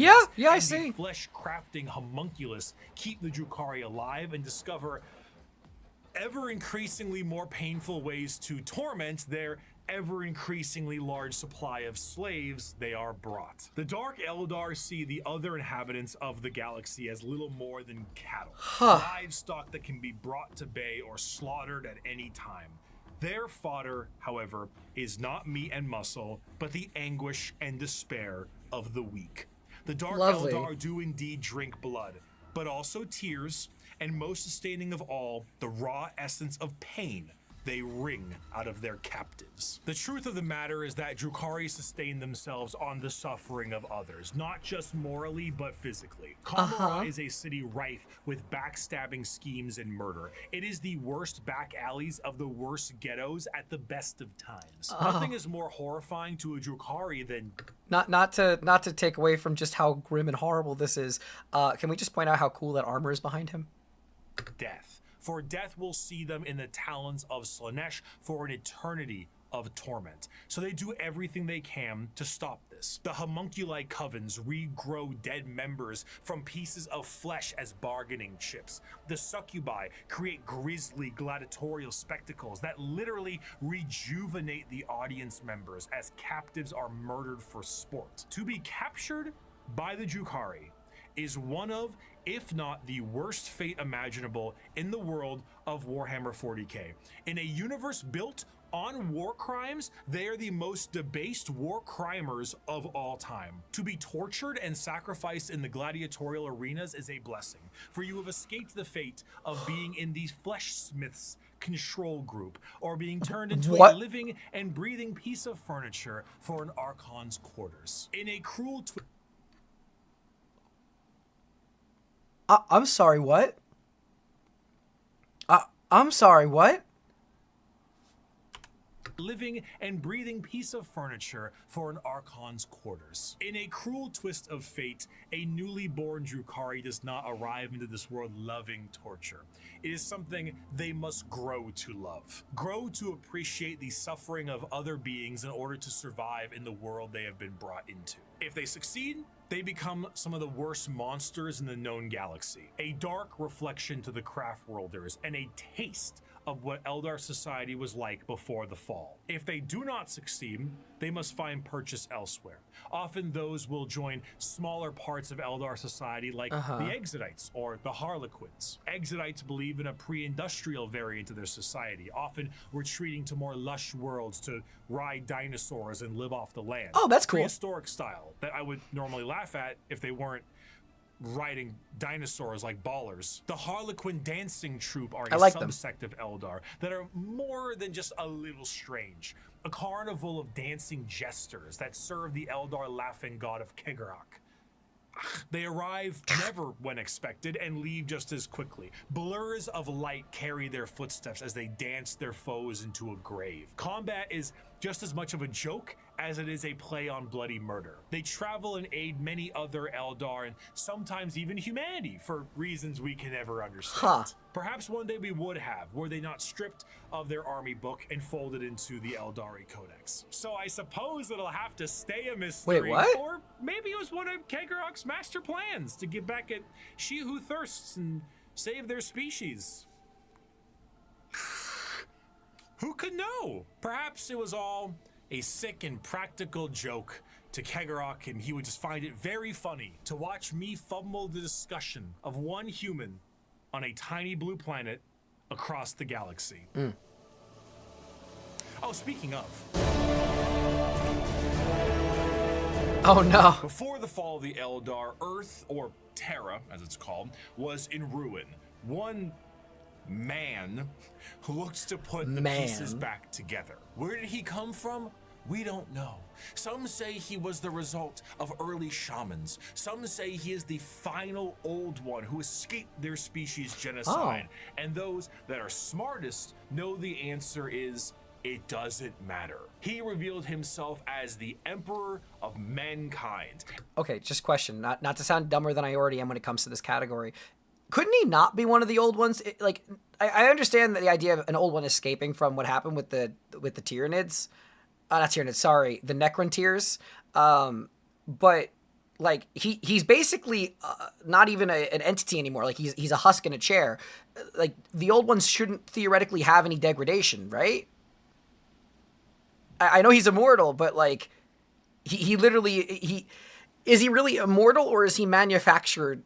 Like a manufactured immortal, like, because he's basically just in the chair powered by the deaths of psychers. All right, anyway, back down. And he was tasked with the most monumental upheaval of humanity possible. The Eldari's warp fluctuations had turned the golden age of humanity into old night. Interstellar travel cut off? Check. An AI uprising? Check. Brand new psychers popping up and not knowing how to handle their powers? Oh, check. Demonic incursions?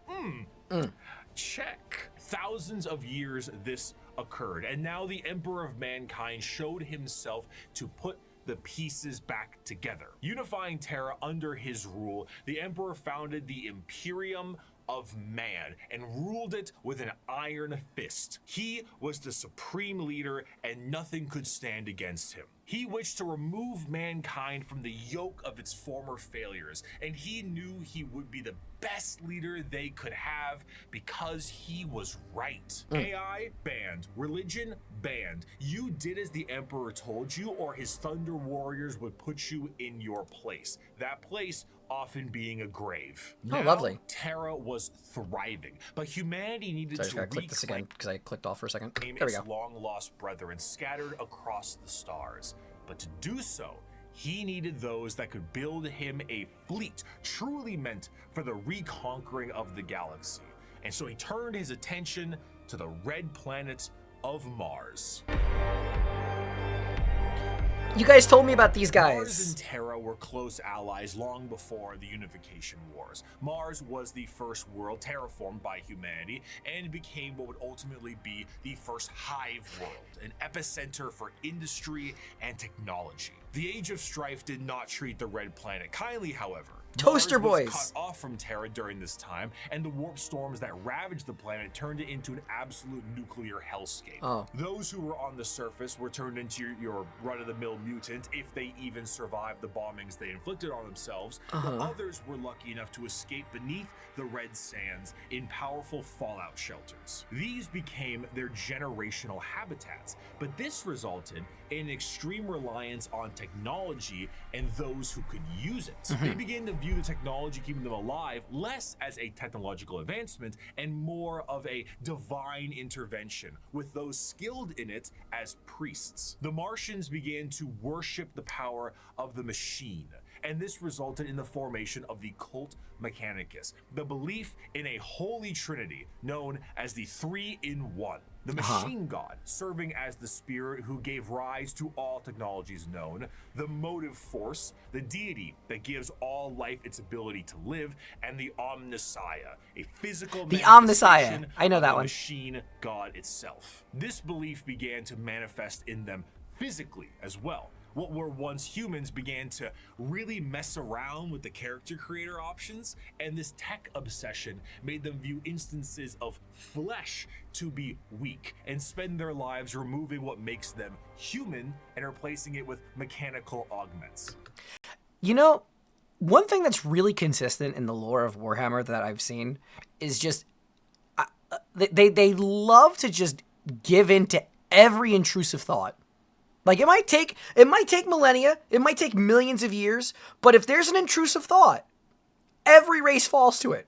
Every race falls to it. The things that you should not do, you do. It's like, oh, what should we do? Body modding. What should we do? Debauchery. What should we do? Goon to make a cum Satan come into existence. Every single race in this universe just lives on intrusive thoughts.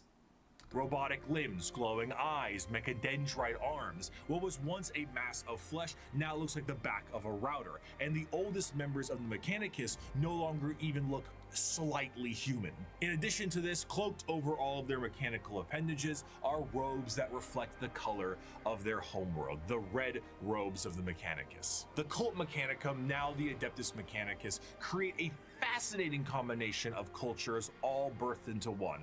Basically, techno-zealot monks. Organic life is the machine god's greatest accomplishment within the scope of the great work. All praise he who is three-in-one. By giving us life within an organic shell, he presents us with the means and opportunity to improve upon physicality, as is his divine plan. He grants us complex weakness so we might learn metallic strength and ascend to his level of machinic perfection. Homie, that's just copium. That's some wild copium. My God. All right. The Emperor's arrival to Mars was very much a walking in with the pizzas while the room is on fire moment, but to the Mechanicum, they saw his arrival as confirmation of their belief. They took one look at the glowing golden entity that showed up on their doorstep and were like, that's him. That's the guy right there. And they immediately accepted him as the Omnissiah. Obviously, showing up and being called Machine Jesus shortly after wiping out all instances of non-Machine Jesus a little bit beforehand is an instance of capital H heresy. But the Emperor saw the bigger picture. Were they... I love that comment. From the moment I understood the weakness of the flesh, it disgusted me. strange with how they rubbed unguents on themselves, burned incense, and prayed to machines for them to work?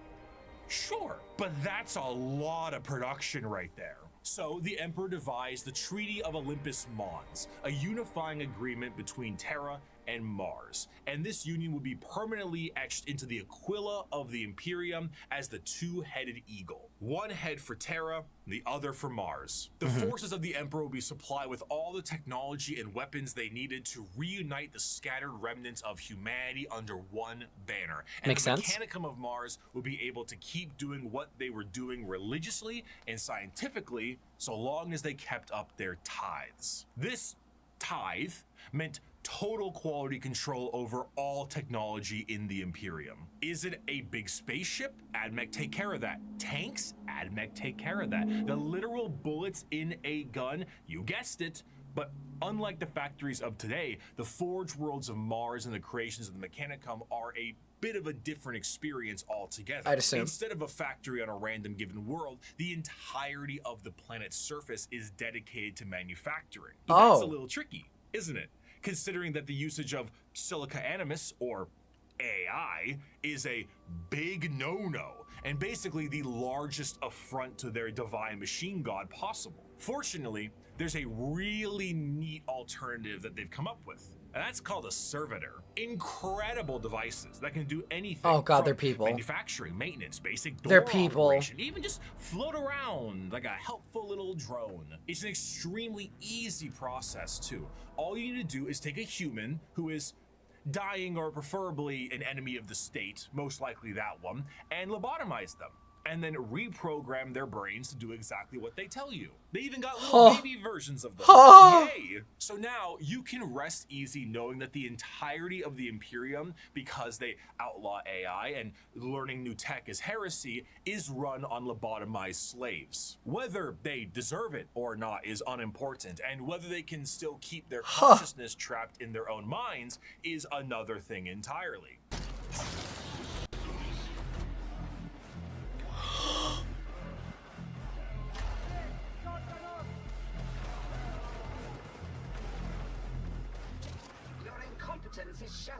An excerpt from the Servitor Creation. They're Factors. aware? Naked human beings were standing in a switch-packed line between high fences. The Manufactorum produced servitors, but it was more akin to an abattoir than a workshop. Every surface was easily cleanable.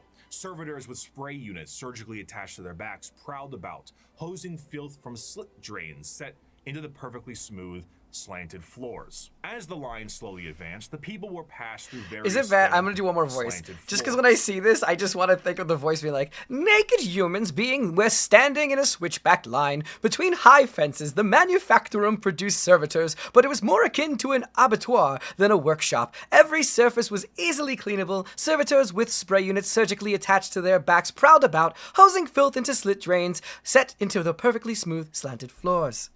I don't know why. That's the voice I hear. The people were passed through various scanning devices. Most of them mounted in ugly, functional arches that let out a constant series of acceptance chimes. Occasionally, I like how he has the arm behind his back angry while he does glare, this. And the indicator lumens would flash red. Yeah, The cool, rejected cool. person was then swallowed up by a trapdoor opening beneath their feet. From these pits wafted a hideous stench and the my God. grinding sounds of industrial mincers.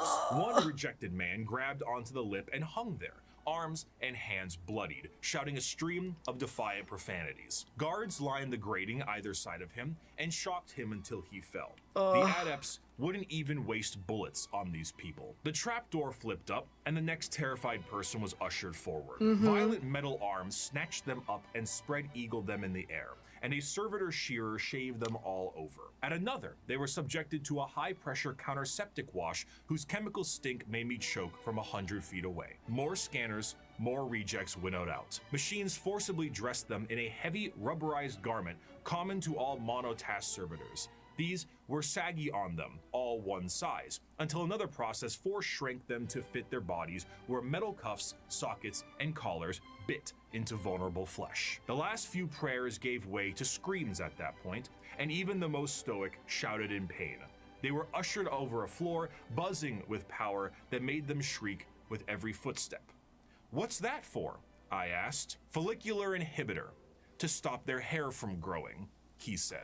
Freaking sweet, Lois. As for their scientific pursuits, the Mechanicum believe in the preservation of knowledge above all and the quest to expand it. However, as opposed to just innovating and inventing on their own with their vast technological know-how, they believe that it is a form of tech heresy. You see, because of their religious viewpoints on technology itself, they believe that the instruction booklet itself is just as holy as the Lego set it builds, and to innovate on that without the proper written knowledge is to go against the divine word of the machine god itself. All knowledge is already in the universe. You simply need to rediscovering it and attempting to invent something to improve upon divinity is very heretical. Prior to the Age of Strife, humanity was able to populate the stars with devices known as Standard Template Constructs, or STCs. These devices were, as far as we know, supercomputers with the ability to pull up and detail how to create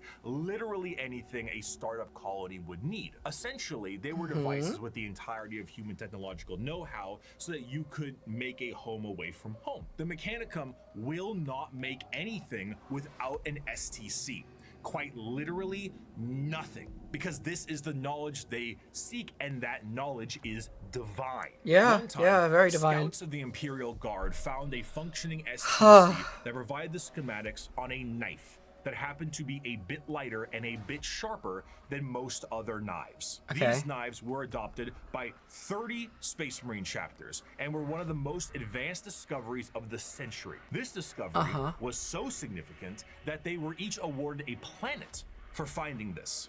A planet for a machine that taught them how to make knives. Due to their religious organization, you can probably guess the Mechanicum are organized in a feudal structure with the highest individuals in power being a part of the priesthood. Cream of the crop being the fabricator general of Mars itself, who serves as a high lord of Terra, but also oversees the entirety of the Mechanicum below. Below them are tech priests that oversee the cult for the quest of knowledge and other more straightforward theocracy. Forge worlds tend to operate slightly more independently. You guys said that the Eldar were the worst. These guys are kind of horrible. They're kind of horrible.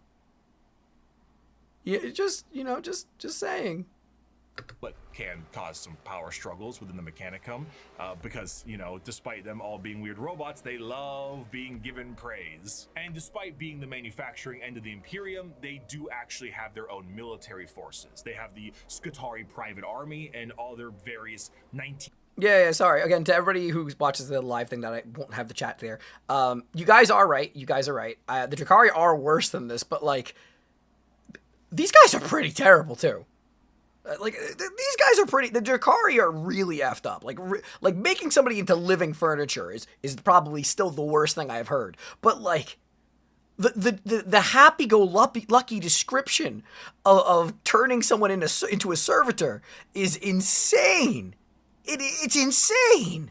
1920s Martian-style mechanisms like Doom Crawlers, Castellan robots, and, of course, the Titan Legions. Because nothing is cooler than a robot that towers over buildings. Ultimately, their very dogmatic view on technology as a whole has resulted in any innovation becoming absent, thus causing the Imperium to stagnate as a whole. The lack of ambition to create anything new and the wholesale murder of anyone who even tries leads to things becoming derelict. I grow weary of this flesh I was born into, strangely disgusted by its nature. I crave only the cold, clean certainty of steel and silicon, that I might become one with the blessed machine. I do not expect you to understand, you who cling to your flesh as if it were immortal, seeking only to preserve it, to protect it.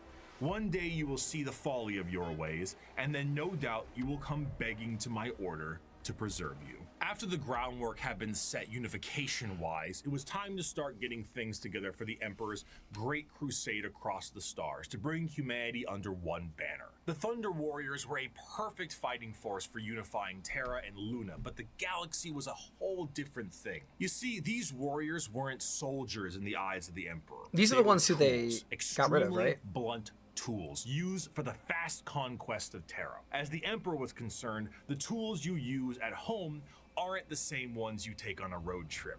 So the Emperor rid himself of his tools in the exact manner you think he did, and he went forward to crafting a brand new tool. One more mobile, more efficient, and ready for his next era of conquest. They shall be my finest warriors, these men who give of themselves to me.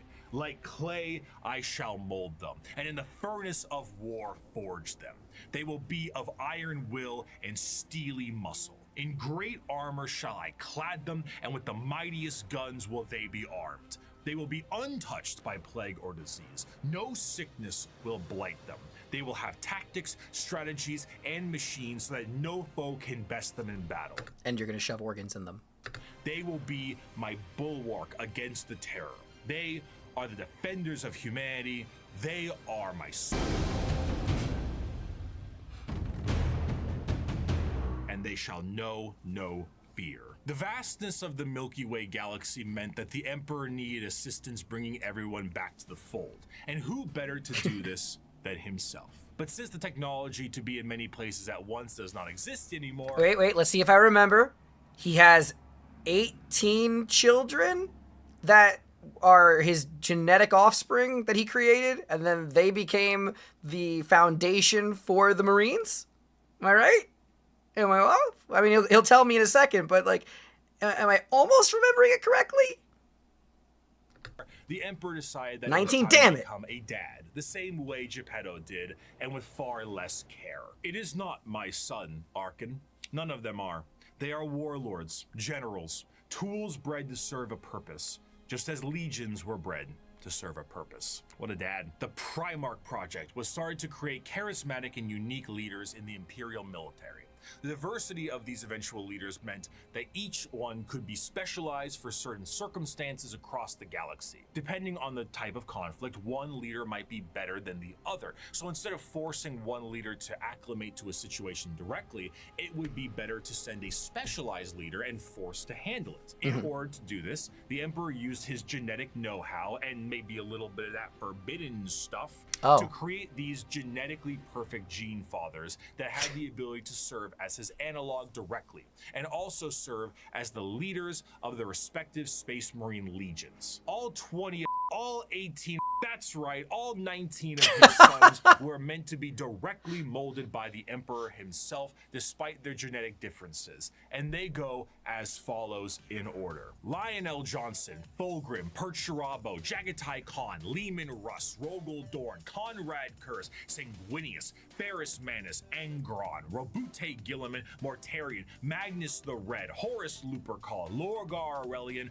Vulcan, Corvus Corax, and Alfarius and Omegon. His sons finalized and crafted to be the warriors. I like the pretty one. Complete. But he may have decided to do a bit of dabbling with things he shouldn't have, and paid a price. Before the Primarchs were ready to go, an intervention by the gods of chaos prevented his plan from being completed as intended. Though the sources vary, the ultimate result of the Chaos God intervention was that all of the Emperor's tools were scattered throughout the galaxy at unknown places and times. Sorry, I zoned out for a second. Let me just go back. The ultimate result of the Chaos God intervention was that all of the Emperor's tools were scattered throughout the galaxy at unknown places and times. Each one of his sons ended up in a completely different world, and instead of being able to directly influence their upbringing, these children were instead forced to experience the unique nature of their respective homeworlds. Some had a great time and lived in general luxury. Others, not so much. Despite his closest advisor, Malkador the Sigillite, saying, "All right, Chief, let's try this one again," the Emperor sensed each of his sons were still very much alive. And one of the primary objectives of the Great Crusade shifted to reclaiming each of his sons so they could take command of their specific Space Marine legions and carry out his will. These original Space Marine legions that were created alongside their Primarchs go in order: the Dark Angels, Emperor's Children, Iron Warriors, White Scars, Space Wolves, Imperial... No Space Wolves. Lords, Blood Angels, Iron Hands, World Eaters, Ultramarines, Death Guard, whoosh, Thousand Sons, Luna Wolves, eventually Sons of Horus, the Word Bearers, Salamanders, Raven Guard. The Word Bearers look cool. Space Marines, unlike their gene fathers, the Primarchs, are not made in a vat. There is a process I still think to Emperor's recruit Children more look the members coolest. from humanity itself, which seems a bit strange considering how massive a Space Marine is compared to a normal man, but don't forget, the Emperor is really good with genetics. Less good with anesthetic, however. These prospects are recruited across humanity from various reasons and methods, and are generally killed during that process. But sometimes they aren't, and they are able to go through more and more of the actual training to assess certain traits that are important and relevant to being a Space Marine. Most of the time, the common factor is a pure, unrelenting willingness to kill the enemies of the Imperium. After going through psychological screening, the prospect, now called a neophyte, goes under the knife to become a Space Marine. And here is a quick list of all the cool new stuff they get genuinely shoved into their bodies. A secondary heart, an organ that makes your bones grow, an organ that makes your muscles big, an implant that makes your blood stronger, a little organ that turns your white blood cells into super white blood cells, a brain implant that allows you to sleep while being awake, a pre-stomach that allows you to digest literally anything, a spinal implant that allows you to absorb the genetic memories of what you eat, bigger and better lungs that can let you breathe underwater, an implant that gives you stronger eyes, new ears that keep you from being dizzy, a brain implant that lets you go into suspended animation if you're in a bad shape, skin that acts like transition glasses, I almost got it in one take, a brand new kidney, the ability to taste the air and find enemies like a bloodhound, a special coating on your skin that allows you to be protected in space, the ability to spit acid, a gland that allows you to absorb the unique genetic makeup from the gene seed in the first place, and a straight up carapace that allows the Space Marine to interface with their power armor directly. Quite often, these are put inside of you at dubious levels of mental alertness and dubious levels of anesthetic. After a more generalized indoctrination into the faith of the Imperium and a bit more training and other important manners, they can finally be welcomed as a fully fledged Space Marine. A Space Marine is quite literally a walking tank that is armed to the teeth. Two of the more iconic weapons held by a Space Marine are their bolt gun, which fires explosive shells the size of soda cans, and a chain sword, which is... The Space Marine is clad in a colorful carapace known as power armor, crafted from extremely heavy and durable ceramite. The power armor of a Space Marine protects him from any terrors he may face, be it the void of space itself to an inhospitable atmosphere. This armor, combined almost biologically with an already massive physique, makes the Space Marine an almost unstoppable fighting force. And hell, if the armor doesn't protect them enough, they can always become a walking coffin like the dreadnoughts of the... Nobody's going to expect me to remember all those organs. I mean, I've remembered quite a few of them. I mean, aside from the second heart, the stronger stomach, and a spine that can tell you the genetic memories of what you consumed, it was definitely an interesting list. Chapters are. What truly adds to it all, however, is the sheer difference in some of them. While a Space Marine in its own right is an indoctrinated freight train on legs, how they act can be quite different from chapter to chapter. The gene seed of a Primarch is not just helping them become big and strong, but allows them to gain certain traits from their forefathers. Everything from how they think to even slightly adjusting their physical appearance once it's been implanted. The gene seed can be the personality of an entire Space Marine. Take the Salamanders, for example. Salamanders have a predisposition to fire as a whole, and tend to be extremely large due to the size of their Primarch, Vulcan, and his enormous stature. Whereas someone like Sanguinius, Primarch of the Blood Angels, share more vampiric features and more angel-like qualities. A gene seed is not just aspects of the Primarchs, but they are also flaws too. Magnus the Red and his 1,000 Sons underwent something known as the Flesh Change, a horrifying mutation that,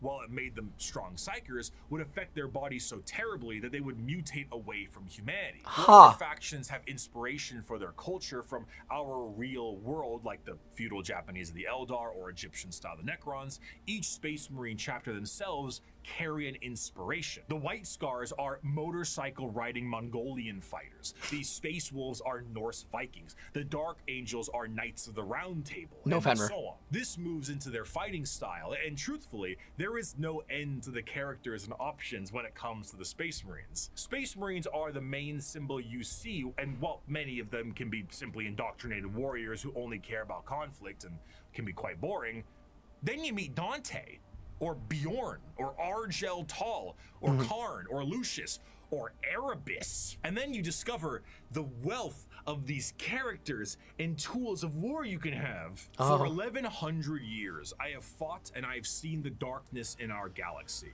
I have seen the vileness of the alien and— Okay, how long? Just because they made me say this with the 1100 years, how long do Space Marines live? Like, how long do these guys live? Like, are they, like, is their age, like, severely extended? Like, I see lots of stuff about Erebus. I don't know anything about him yet. Until they're killed, in theory, for, oh my god, and forever. Okay. the heresy of the mutant. I have witnessed the sin of possession, and I have seen all the evil that the galaxy harbors, and I have slain all whose presence defiles the Emperor. I have seen what you will see. I have fought what you must fight, and I have slain what you must slay. So fear not and be proud, for we are the sons of Sanguinius, the protectors of mankind. We are indeed the angels of death. Love Despite that. being the poster children for Warhammer 40k as a whole, the presence of a Space Marine is a rare sight for the countless trillions of humans across the galaxy. Wait. Dante is 1,500 years old, and he's the oldest Space Marine, and his age is getting hard to bear. Okay. Still, that's kind of insane. That's kind of insane. Seeing one of these monstrosities is like seeing something akin to an angel sent by the Emperor himself. These angels of death are the essential fighting force to bring humanity back under the unified banner of the Imperium. Yet ultimately, the Space Marines are individuals torn from their families and conscripted to genetic modification and lifelong service for the dying Imperium. And though they are held in an almost holy light, most believe they are above and beyond the people they are designed to serve. Once designed as the protectors of humanity, they seldom view humanity as something worth saving, to the extent that it is a tiny, minute rarity, though not unheard of, for a Space Marine to put a normal citizen above them in any way. For most Space Marines and even their Primarchs, they are only here to do a job. They are there to kill the enemies of humanity, and I would be remiss if I didn't add at least one more of my favorite quotes to the tail end of this section. "The time for speeches is done," said Rogel Dorn. "The first great test is here. My order to you all is simple, yet heed it well, and exert yourselves to see it done. They are coming. Kill them all." Oh, While the shit. Space Marines are the spearhead of the Imperium's Great Crusade and also a major player in its warfare, there is a significant amount of importance that must be taken on their transport. What sci-fi universe would be complete without its navy? When you think of the navy or ships on the open sea, you think of something that is sleek, something mobile, and something pretty big. Actually, you know what? Not to cut Bricky off here. I'm going to ask this question to chat, and also this will be in the long form, so like this is to viewers as well. What Space Marine faction is your favorite one? And give me a legitimate reason as to why. Because half of them, well, not half of them, some of them seem boring. Obviously, I don't know all the details of all of them. Some of them seem boring. Some of them are terrifying, and some of them seem really, really cool. I'm not going to say which ones I feel are the coolest looking, or, you know, as far as like the vibe of them, you know, Emperor's Children. But like, I'm curious to know which ones you think are the coolest. I know everybody also says salamanders to me all the time. So I'm going to leave that to you guys in chat while I continue with Bricky. I'm going to back up a couple seconds.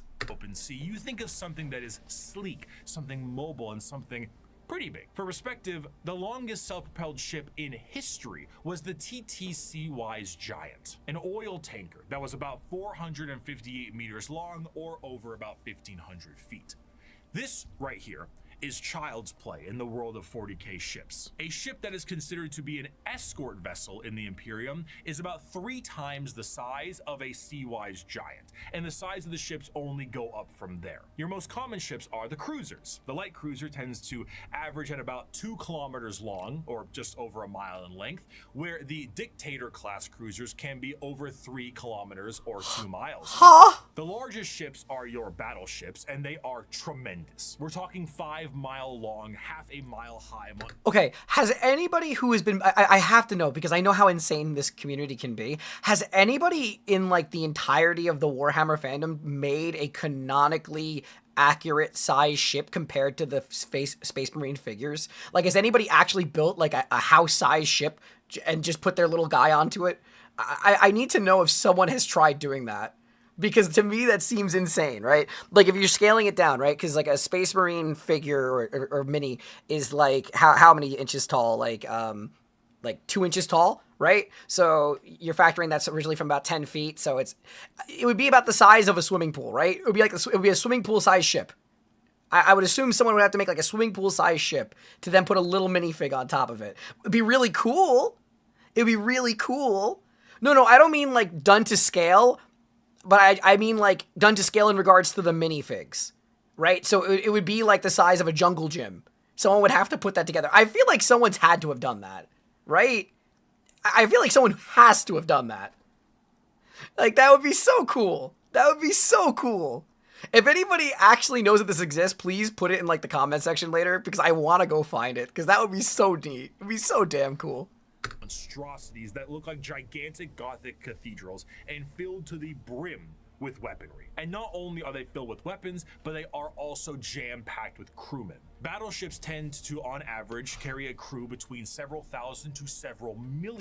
Oh my and they God. need every single one of those members because we don't have advanced technology for other things to pilot themselves or control themselves in a meaningful way because there's no AI. A lot of this stuff has to be done manually. Even the reloading of those giant batteries is a form of manual labor. And, of course, generally speaking, gliding through the stars is a very slow way to do things. And let's be honest, there can't be a science fiction setting without some form of hyperspace travel. This form of travel in 40k is less like going to Plaid in Spaceballs and more like going into Davy Jones' zipper dimension in SpongeBob. Love that. Oh, now what? I suppose you're gonna show me. Oh, gee, that's very nice. Oh, what is this? Some kind of magic act?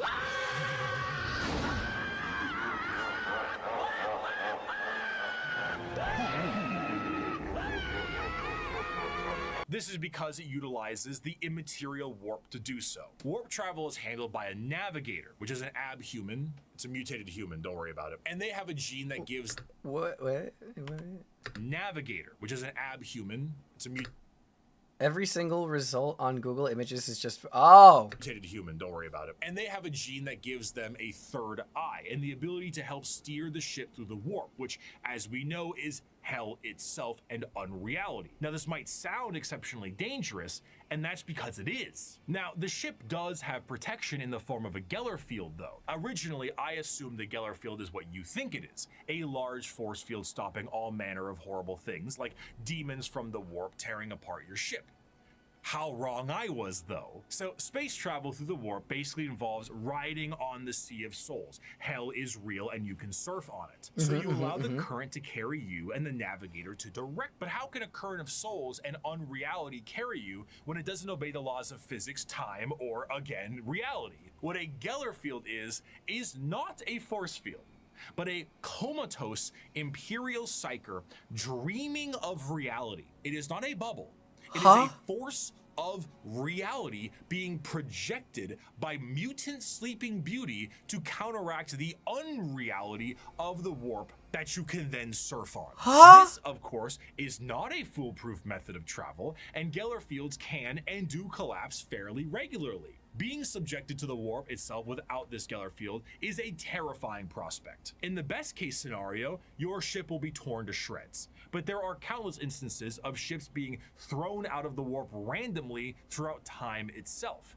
You leave for a 2-day mission and you come back 90 years in the past. Maybe you feel like you're lost in the warp for a century and it's only been 45 minutes. And that is only if the waves of souls don't rip your ship apart or have demons arrive on it to do unspeakable things to the crew. The Imperial Navy is an astronomically powerful force for the Imperium because the sheer volume of ships and guns on those ships create firepower that can sunder planets. This is all just Okay, real talk.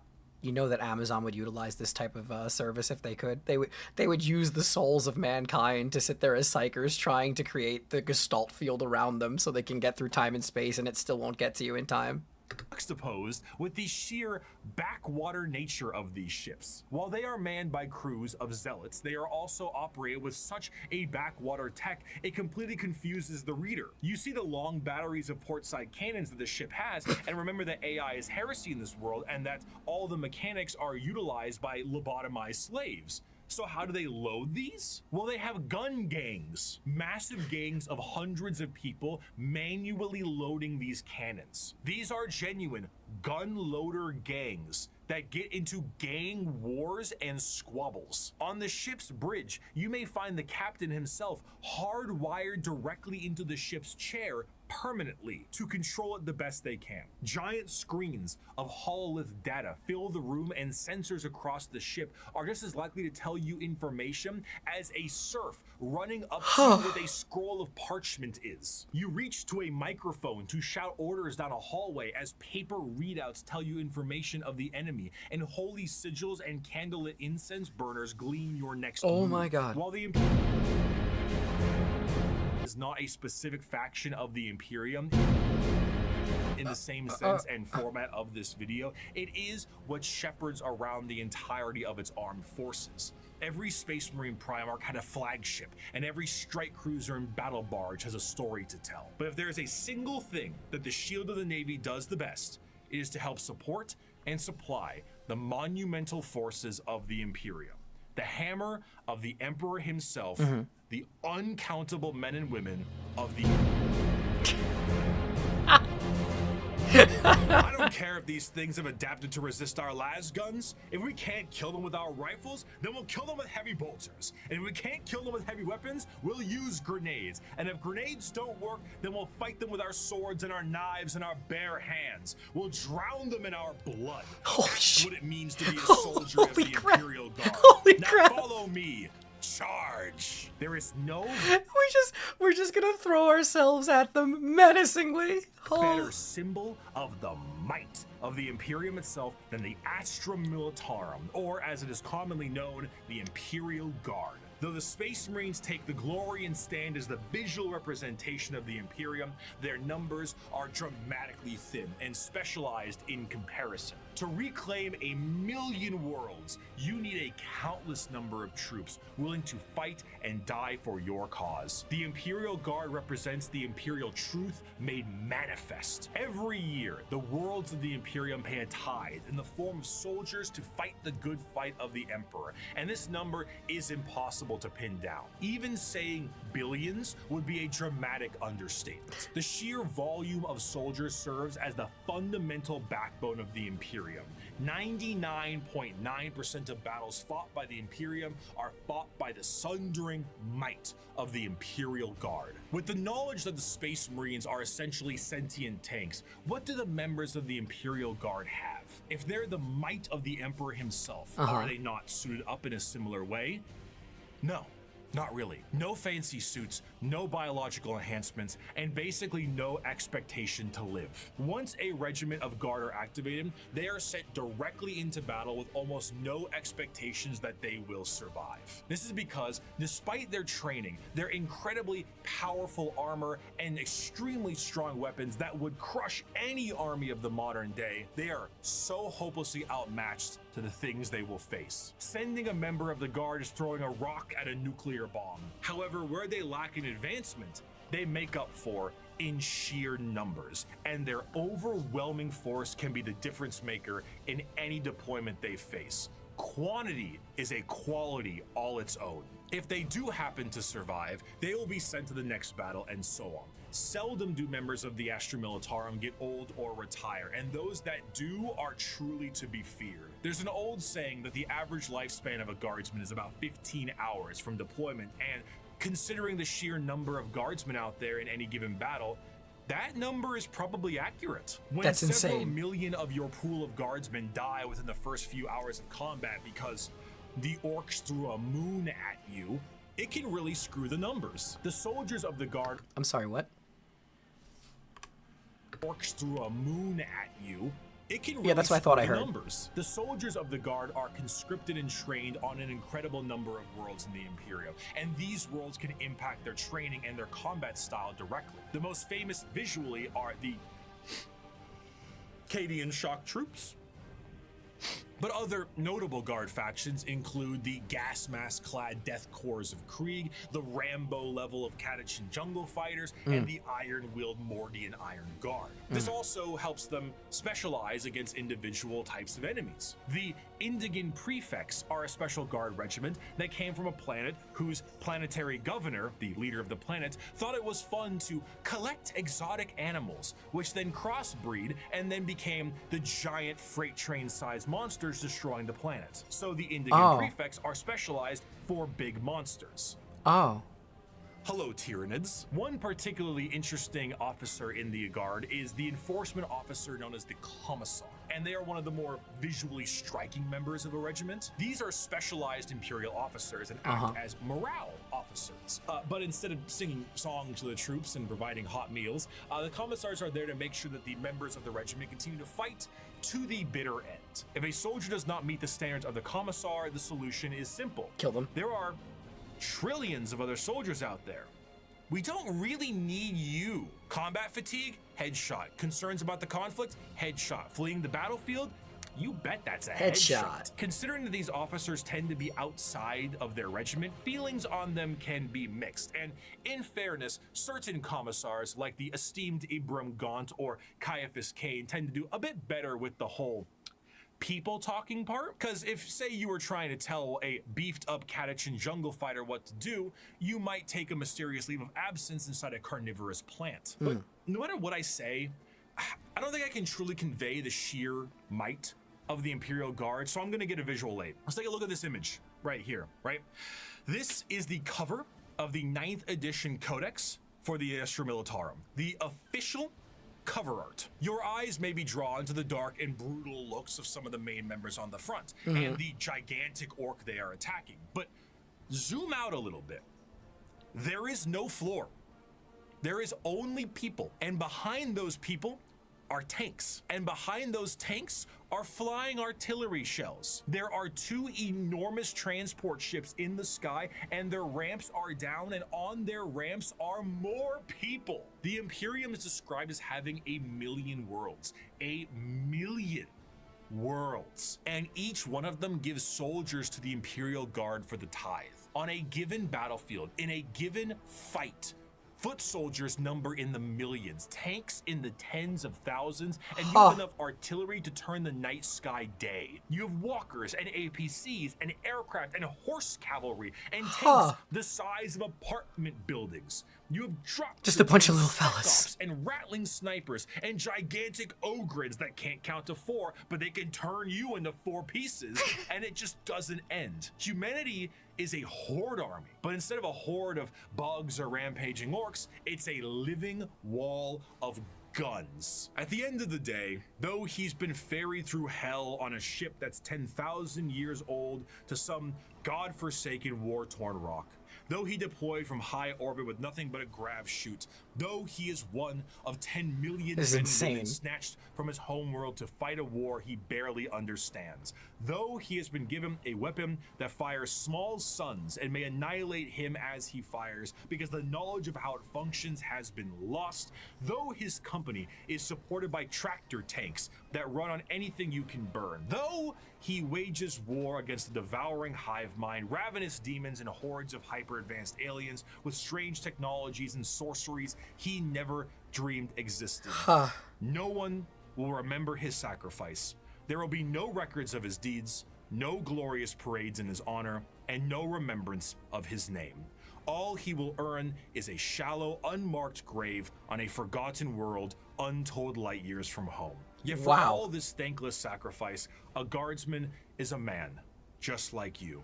He has no millennia-old genetic engineering, no prophetic leader, no miracles of faith. He has his lasgun, his orders, and those beside him. He is the Imperial Guard, and he will hold the line. Okay. In the end, the I gotta say, as dark and dramatic of a statement that is really good writing. That is really good writing. Militarum, despite fighting for the honor of the Imperium, are their own form of a massive horde army where individuality does not matter. They are merely numbers to the Imperium, and the vast majority of the conflicts they are sent to are attrition-based battles that I gain love seeing all the virtually no 07 in ground, chat. while countless millions die. Yet this makes them the most human. For the Imperial Guard contains normal people, people who are happy and sad, people who laugh and love, and in there are stories, because there is strength in facing the horrors of the universe head on with nothing but a rifle in your hands and a prayer on your lips. Armed with an innumerable amount of Imperial soldiers and Space Marines, the Navy begins its great crusade into the stars to rescue the stranded Primarchs and reunite them to their legions. But the biggest question needed to be asked was, what would they find?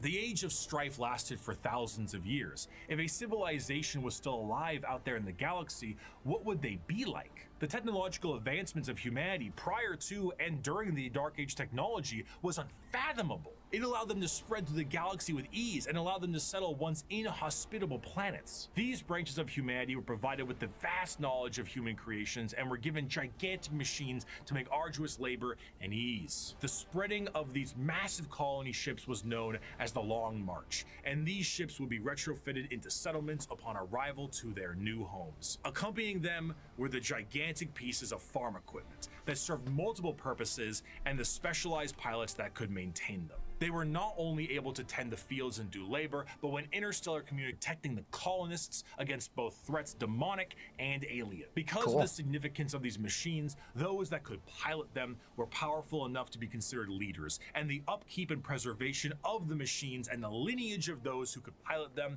was imperative. These machines, over the thousands of years, would eventually be known as the Imperial Knights, okay. He must be humble of heart, strong of arm, be savage in war, loyal to hearth, and follow deeds of Alright, question. Is an Imperial Knight stronger than a Space Marine, or is a Space Marine stronger than an Imperial Knight? glory. He must keep honor with all, banish cowardice from his doings, and bring his house no shame.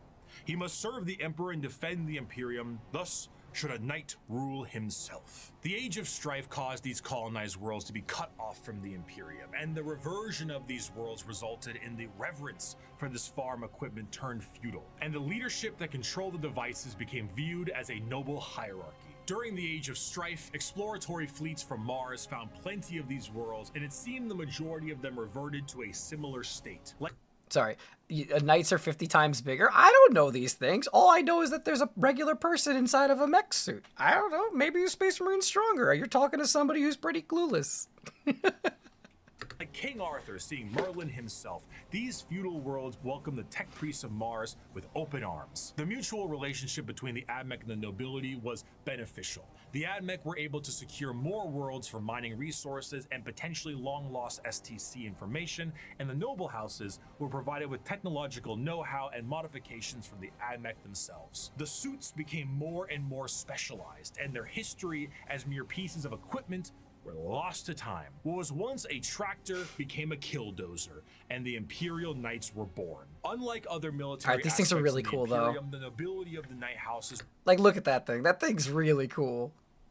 remains just that, a nobility-focused feudal hierarchy that swears fealty to either the Mechanicum or to Terra. Like the knights in our history, once they swear fealty, they can be called to aid their respective allegiance in the heat of battle. The ones that swear fealty to Terra are led by the High Monarch, while the ones with the Mechanicum are led by the Princeps. The ones with Terra might be sent directly to the front line of war, while the ones with the Mechanicum tend to be sent to protect the Forge world. And the heraldry of these houses is what you'd expect from a generic history of knights. Houses pledging allegiances here and there, your run-of-the-mill War of the Roses aesthetic. Except instead of ponies, you have gigantic death machines. These knights can't seem to be piloted by any old person, however. A member of the nobility of any given knight house must go through the ritual of becoming. Involves them sitting on the device used to control the knight, known as the Throne Mechanicum, for a full night. What's wrong with that? I mean, sitting in a chair for a full evening sounds pretty great right about now.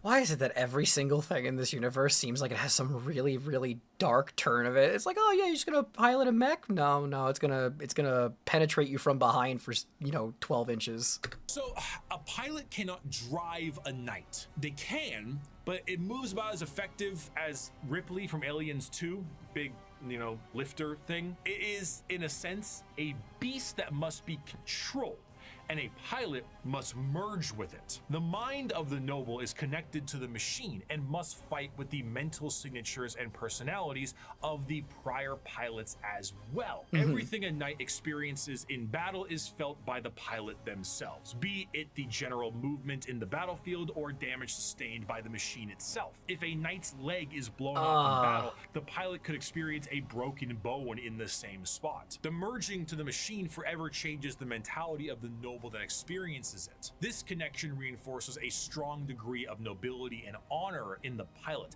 and a desire to fight for the glory of their house until the bitter end, as their ancestors' minds are linked directly to the event. The size of these knights can vary, but generally speaking, they stand in the ballpark of 30 to 50 feet tall and are protected by a thick adamantium armor. Beyond that, they have their own unique ion shield generators that give them added protection, and when it comes to their looks, the most common pattern across the Imperium is the Questoris pattern, and is honestly the one you're probably thinking about. That is cool looking. But there are also smaller versions like Armigers and bigger ones known as the Dominus. As for a loadout, these guys are essentially a violent Mr. Potato Head. Battle cannons, Gatling cannons, heavy flamers, thermal cannons. Up close and personal, how about a gigantic chainsword or a straight up gauntlet? And for that empty spot up top, screw it. More autocannons. Maybe add some missiles. Whatever you can do to make it as over the top as possible, you gotta do it. A squire serves a knight. I love that. A knight serves a lord serves a baron, and a baron serves a monarch. So who does the monarch serve? He serves every subject, from the rudest serf to the members of the court.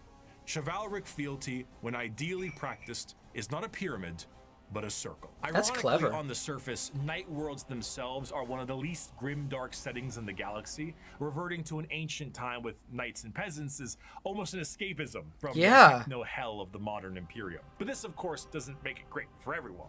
It sounds fun on paper to play a game of knights, but it's not so fun when you're the peasant of that world. For the knights themselves, the knights give their entire lives to the Throne Mechanicum, and their reality is not their own, as they have to hear the voices of thousands of generations of their ancestors controlling their actions and their lives for as long as they live. It's a strange dichotomy. When it comes to Warhammer, most to all jobs tend to be terrible. However, if there was one that could be considered enjoyable, it would be the pilot of a knight, or a princeps of their larger cousins. While it does contain an egregious amount of hardship to be a knight pilot, you do enjoy a wealth of privilege. A knight pilot is often an asshole who can back it up. The rich noble that, despite his braggadocious behavior, is still very much him, and he will continue to be him. But knights are not the only thing that the Imperium found lost in the stars during their Great Crusade. Due to the circumstances of the Age of Strife, humans were changing and adapting to their new homes they were now isolated on. Some of these humans evolved over thousands of years to adapt to these areas,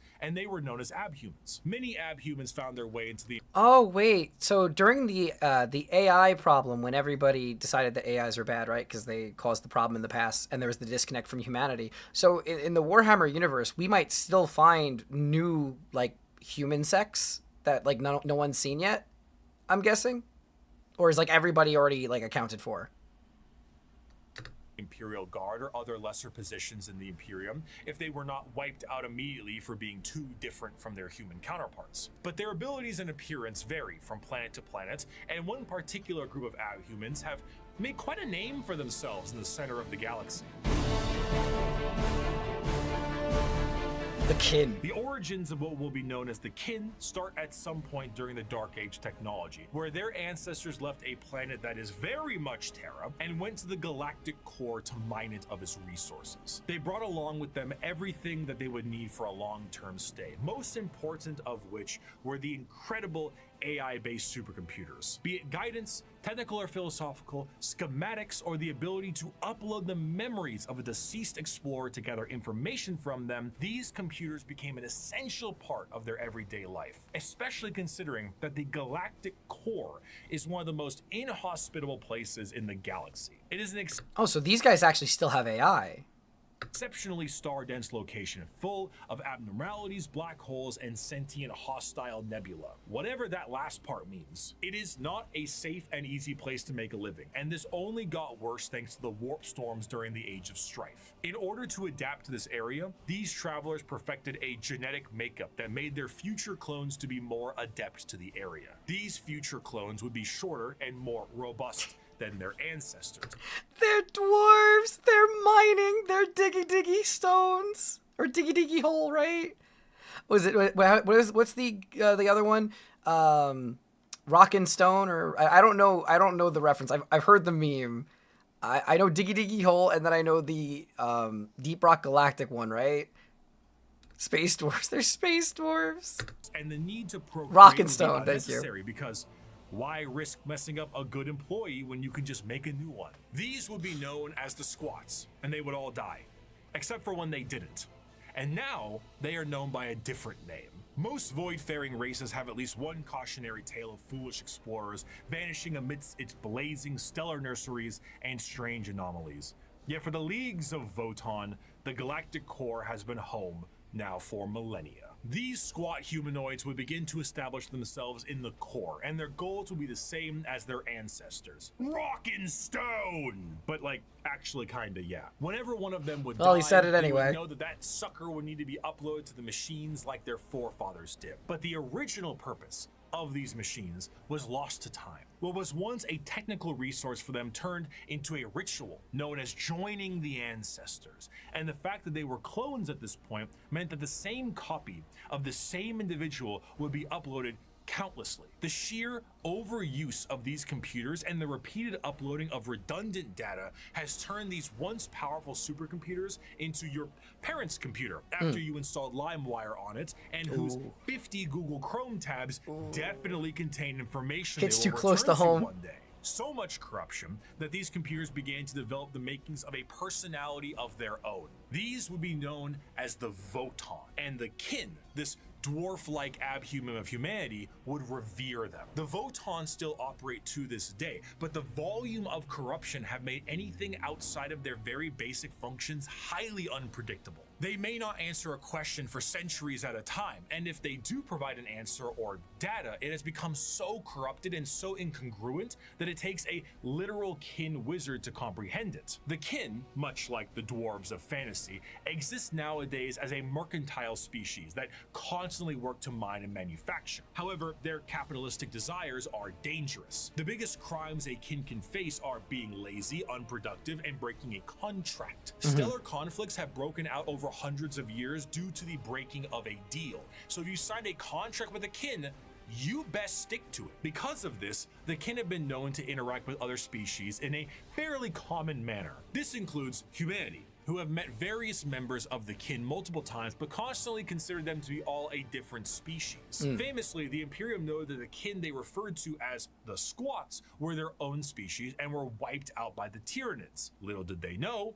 they were still around. The kin are acutely aware of two things. The first is that the humans of the Imperium are deeply terrified of technology, so the sheer existence of the Voton is a secret as well as the truth. Oh, smart. This extends also to the Iron Kin, sentient robots that are treated in the same esteem of flesh and blood kin, because kin is Those kin. are cool. The second thing they are aware of is where they're from. they are fairly confident that they are from Terra, and they know that if this secret was to be known by the Imperium, that the Imperium might want to take ownership of them and everything they've built. So the more alien they are, the better. Now, this sounds fine and good, right? What could possibly be wrong with these guys besides the hyper late stage space capitalism? Well, we have to go back to their creation. The kin are an entirely clone-based race made from the computers that are exceptionally difficult to recreate. These machines, the Voton, are becoming more and more unpredictable and derelict. If anything were to happen to these machines, it would be a twofold ending of the kin. New kin cannot be reproduced, reducing their numbers, and the existing kin would have no further purpose because the end that awaits them would be non-existent. The horror of the kin civilization is that the entire purpose of their lives is to do the best they can at their duty and upload all they know to the Voton, their ancestor cores, join their ancestors. But doing so is actually the thing that is killing these supercomputers in the first place. The ancestors were dead. Are you telling me there's a contradiction? Truths, their legacy continued. And though their eyes had shut long ago, indeed the ancestors were watching. Not with a gaze from eons gone, but with the eyes of every living kin. Each generation was the embodiment of the ancestors cast anew by the Voton. The galaxy changed. Stars died, planets were destroyed, and civilizations fell. But as long as the Voton endured, the ancestors still lived. I do want to end this last bit with an enjoyable quote from one Kim. As you may have assumed, the Leagues of Voton are space dwarves with a corporate sci-fi motif. Yes. But they are still very much dwarves. They're squat, they're strong as hell, and they hold serious grudges. This time it's just more about your contracts than anything else. And so because of this, they might treat most things about how you would expect a capitalistic dwarf would treat things. You misunderstand, human. I am not here to debate. I am not here to compromise. What you see as yours, I am taking for my kingdom. You want to bargain? Torek, unholster our means of negotiation. As the Great Crusade continued, humanity would find their missing Primarchs, reestablish the locations of all of their various worlds, and finally reclaim what the Emperor was always hoping for. But eventually, all the Emperor sought to build would be his undoing. His original attempt to have all of the Primarchs lead his great armies and usher humanity into the better ages would end up crumbling down. And we will learn about how the Imperium backslides and the horror of the modern day of 40K in part 2. I will see you very soon. Thank you so much for watching. Oopsie. Ah! I didn't mean to go to channel. I went back. Brecking. A little bit curious. Okay. Let's go back to the other page. Let's go to the Bricky's page here. Look, here we go. Keep him like this. We'll keep him on the screen like this. Let's get some music playing. All right. Okay, that was fun. That was a fun video. I feel like I feel like people are not gonna have as many complaints on this one. I feel like I did it better. All right, I paused, I spoke. I think it was a good time overall. I hope you enjoyed. I did. I enjoyed it tremendously. I'm absolutely looking. Sorry. I absolutely am looking forward to watching the second part. So let me give you guys a rundown. For anybody who got here later in the stream, I'm going to edit and shorten this. I'm gonna leave all the content. All I'm gonna do is I'm gonna cut out the talking in the beginning and the intro screen. I'll put a proper intro and ending in, and I will upload it probably tonight on the YouTube channel. So if you want to watch it from the beginning, it will be a regular long form content on the regular channel. I will put a community post up as well during the next day or so, probably planning out when we're going to stream part 2, because we're going to obviously stream part 2 in the next couple days, but I'll let you guys know with the community post to give you all a heads up on when that will be. At the latest, it'll be Wednesday. I'm going to be on Twitch Monday and Tuesday, so if you guys want, you can always come visit me over on Twitch. Pen, could you please put a link to the Twitch up? I stream there 5-6 times a week, so if you guys want to catch some of my other content, some gameplay and everything, I will be over there. I will be on tomorrow, Saturday, right? Yeah. I'll be on there tomorrow night, Sunday night, and then Monday, Tuesday in the morning. But I will probably do the part 2 for this. Probably not tomorrow. Maybe Sunday. Or maybe Wednesday. We'll figure that out. Like I said, I'll do a community post and I'll let you guys vote on like time slots and whatever works the best for you guys. Because I want it to obviously, you've been a wonderful community, so I want to make sure that I appease you all. For anybody else, we are going to be doing a Halloween watch along in the Discord tonight. So it's mostly Twitch community, obviously, because my YouTube is only kind of growing now. But if you guys want to join in, it's in the Discord. We're going to be watching Morbius and making fun of that. We watch it every year. Yeah, that's what we're going to conclude for today. Just want to say thank you all for being here. It's been a really fun time. It's been a great stream. I'm sorry for all the stuttering. I don't really have much to say. You guys made it really fun. Legitimately. But I will absolutely... Can we convince the Lion to play Dark Tide or Space Marines 2? I'm not opposed to these things over here. I don't think that it would work for the Twitch audience, but I'm not opposed to it with YouTube, especially if the YouTube audience really likes that stuff. So, thank you guys so much. It was a fun watch with you, Tetra. Hope you've learned some new lore tidbits to remember, and take your time. Don't let the potential haters get to you. Gotta go now. Take care and cheers. Take care, Hayden. No, I'm very happy overall. It's been a great experience, and I will see you guys. And like I said, sorry for redundancy. The post of this video will be up probably tonight. I have to download it and edit it.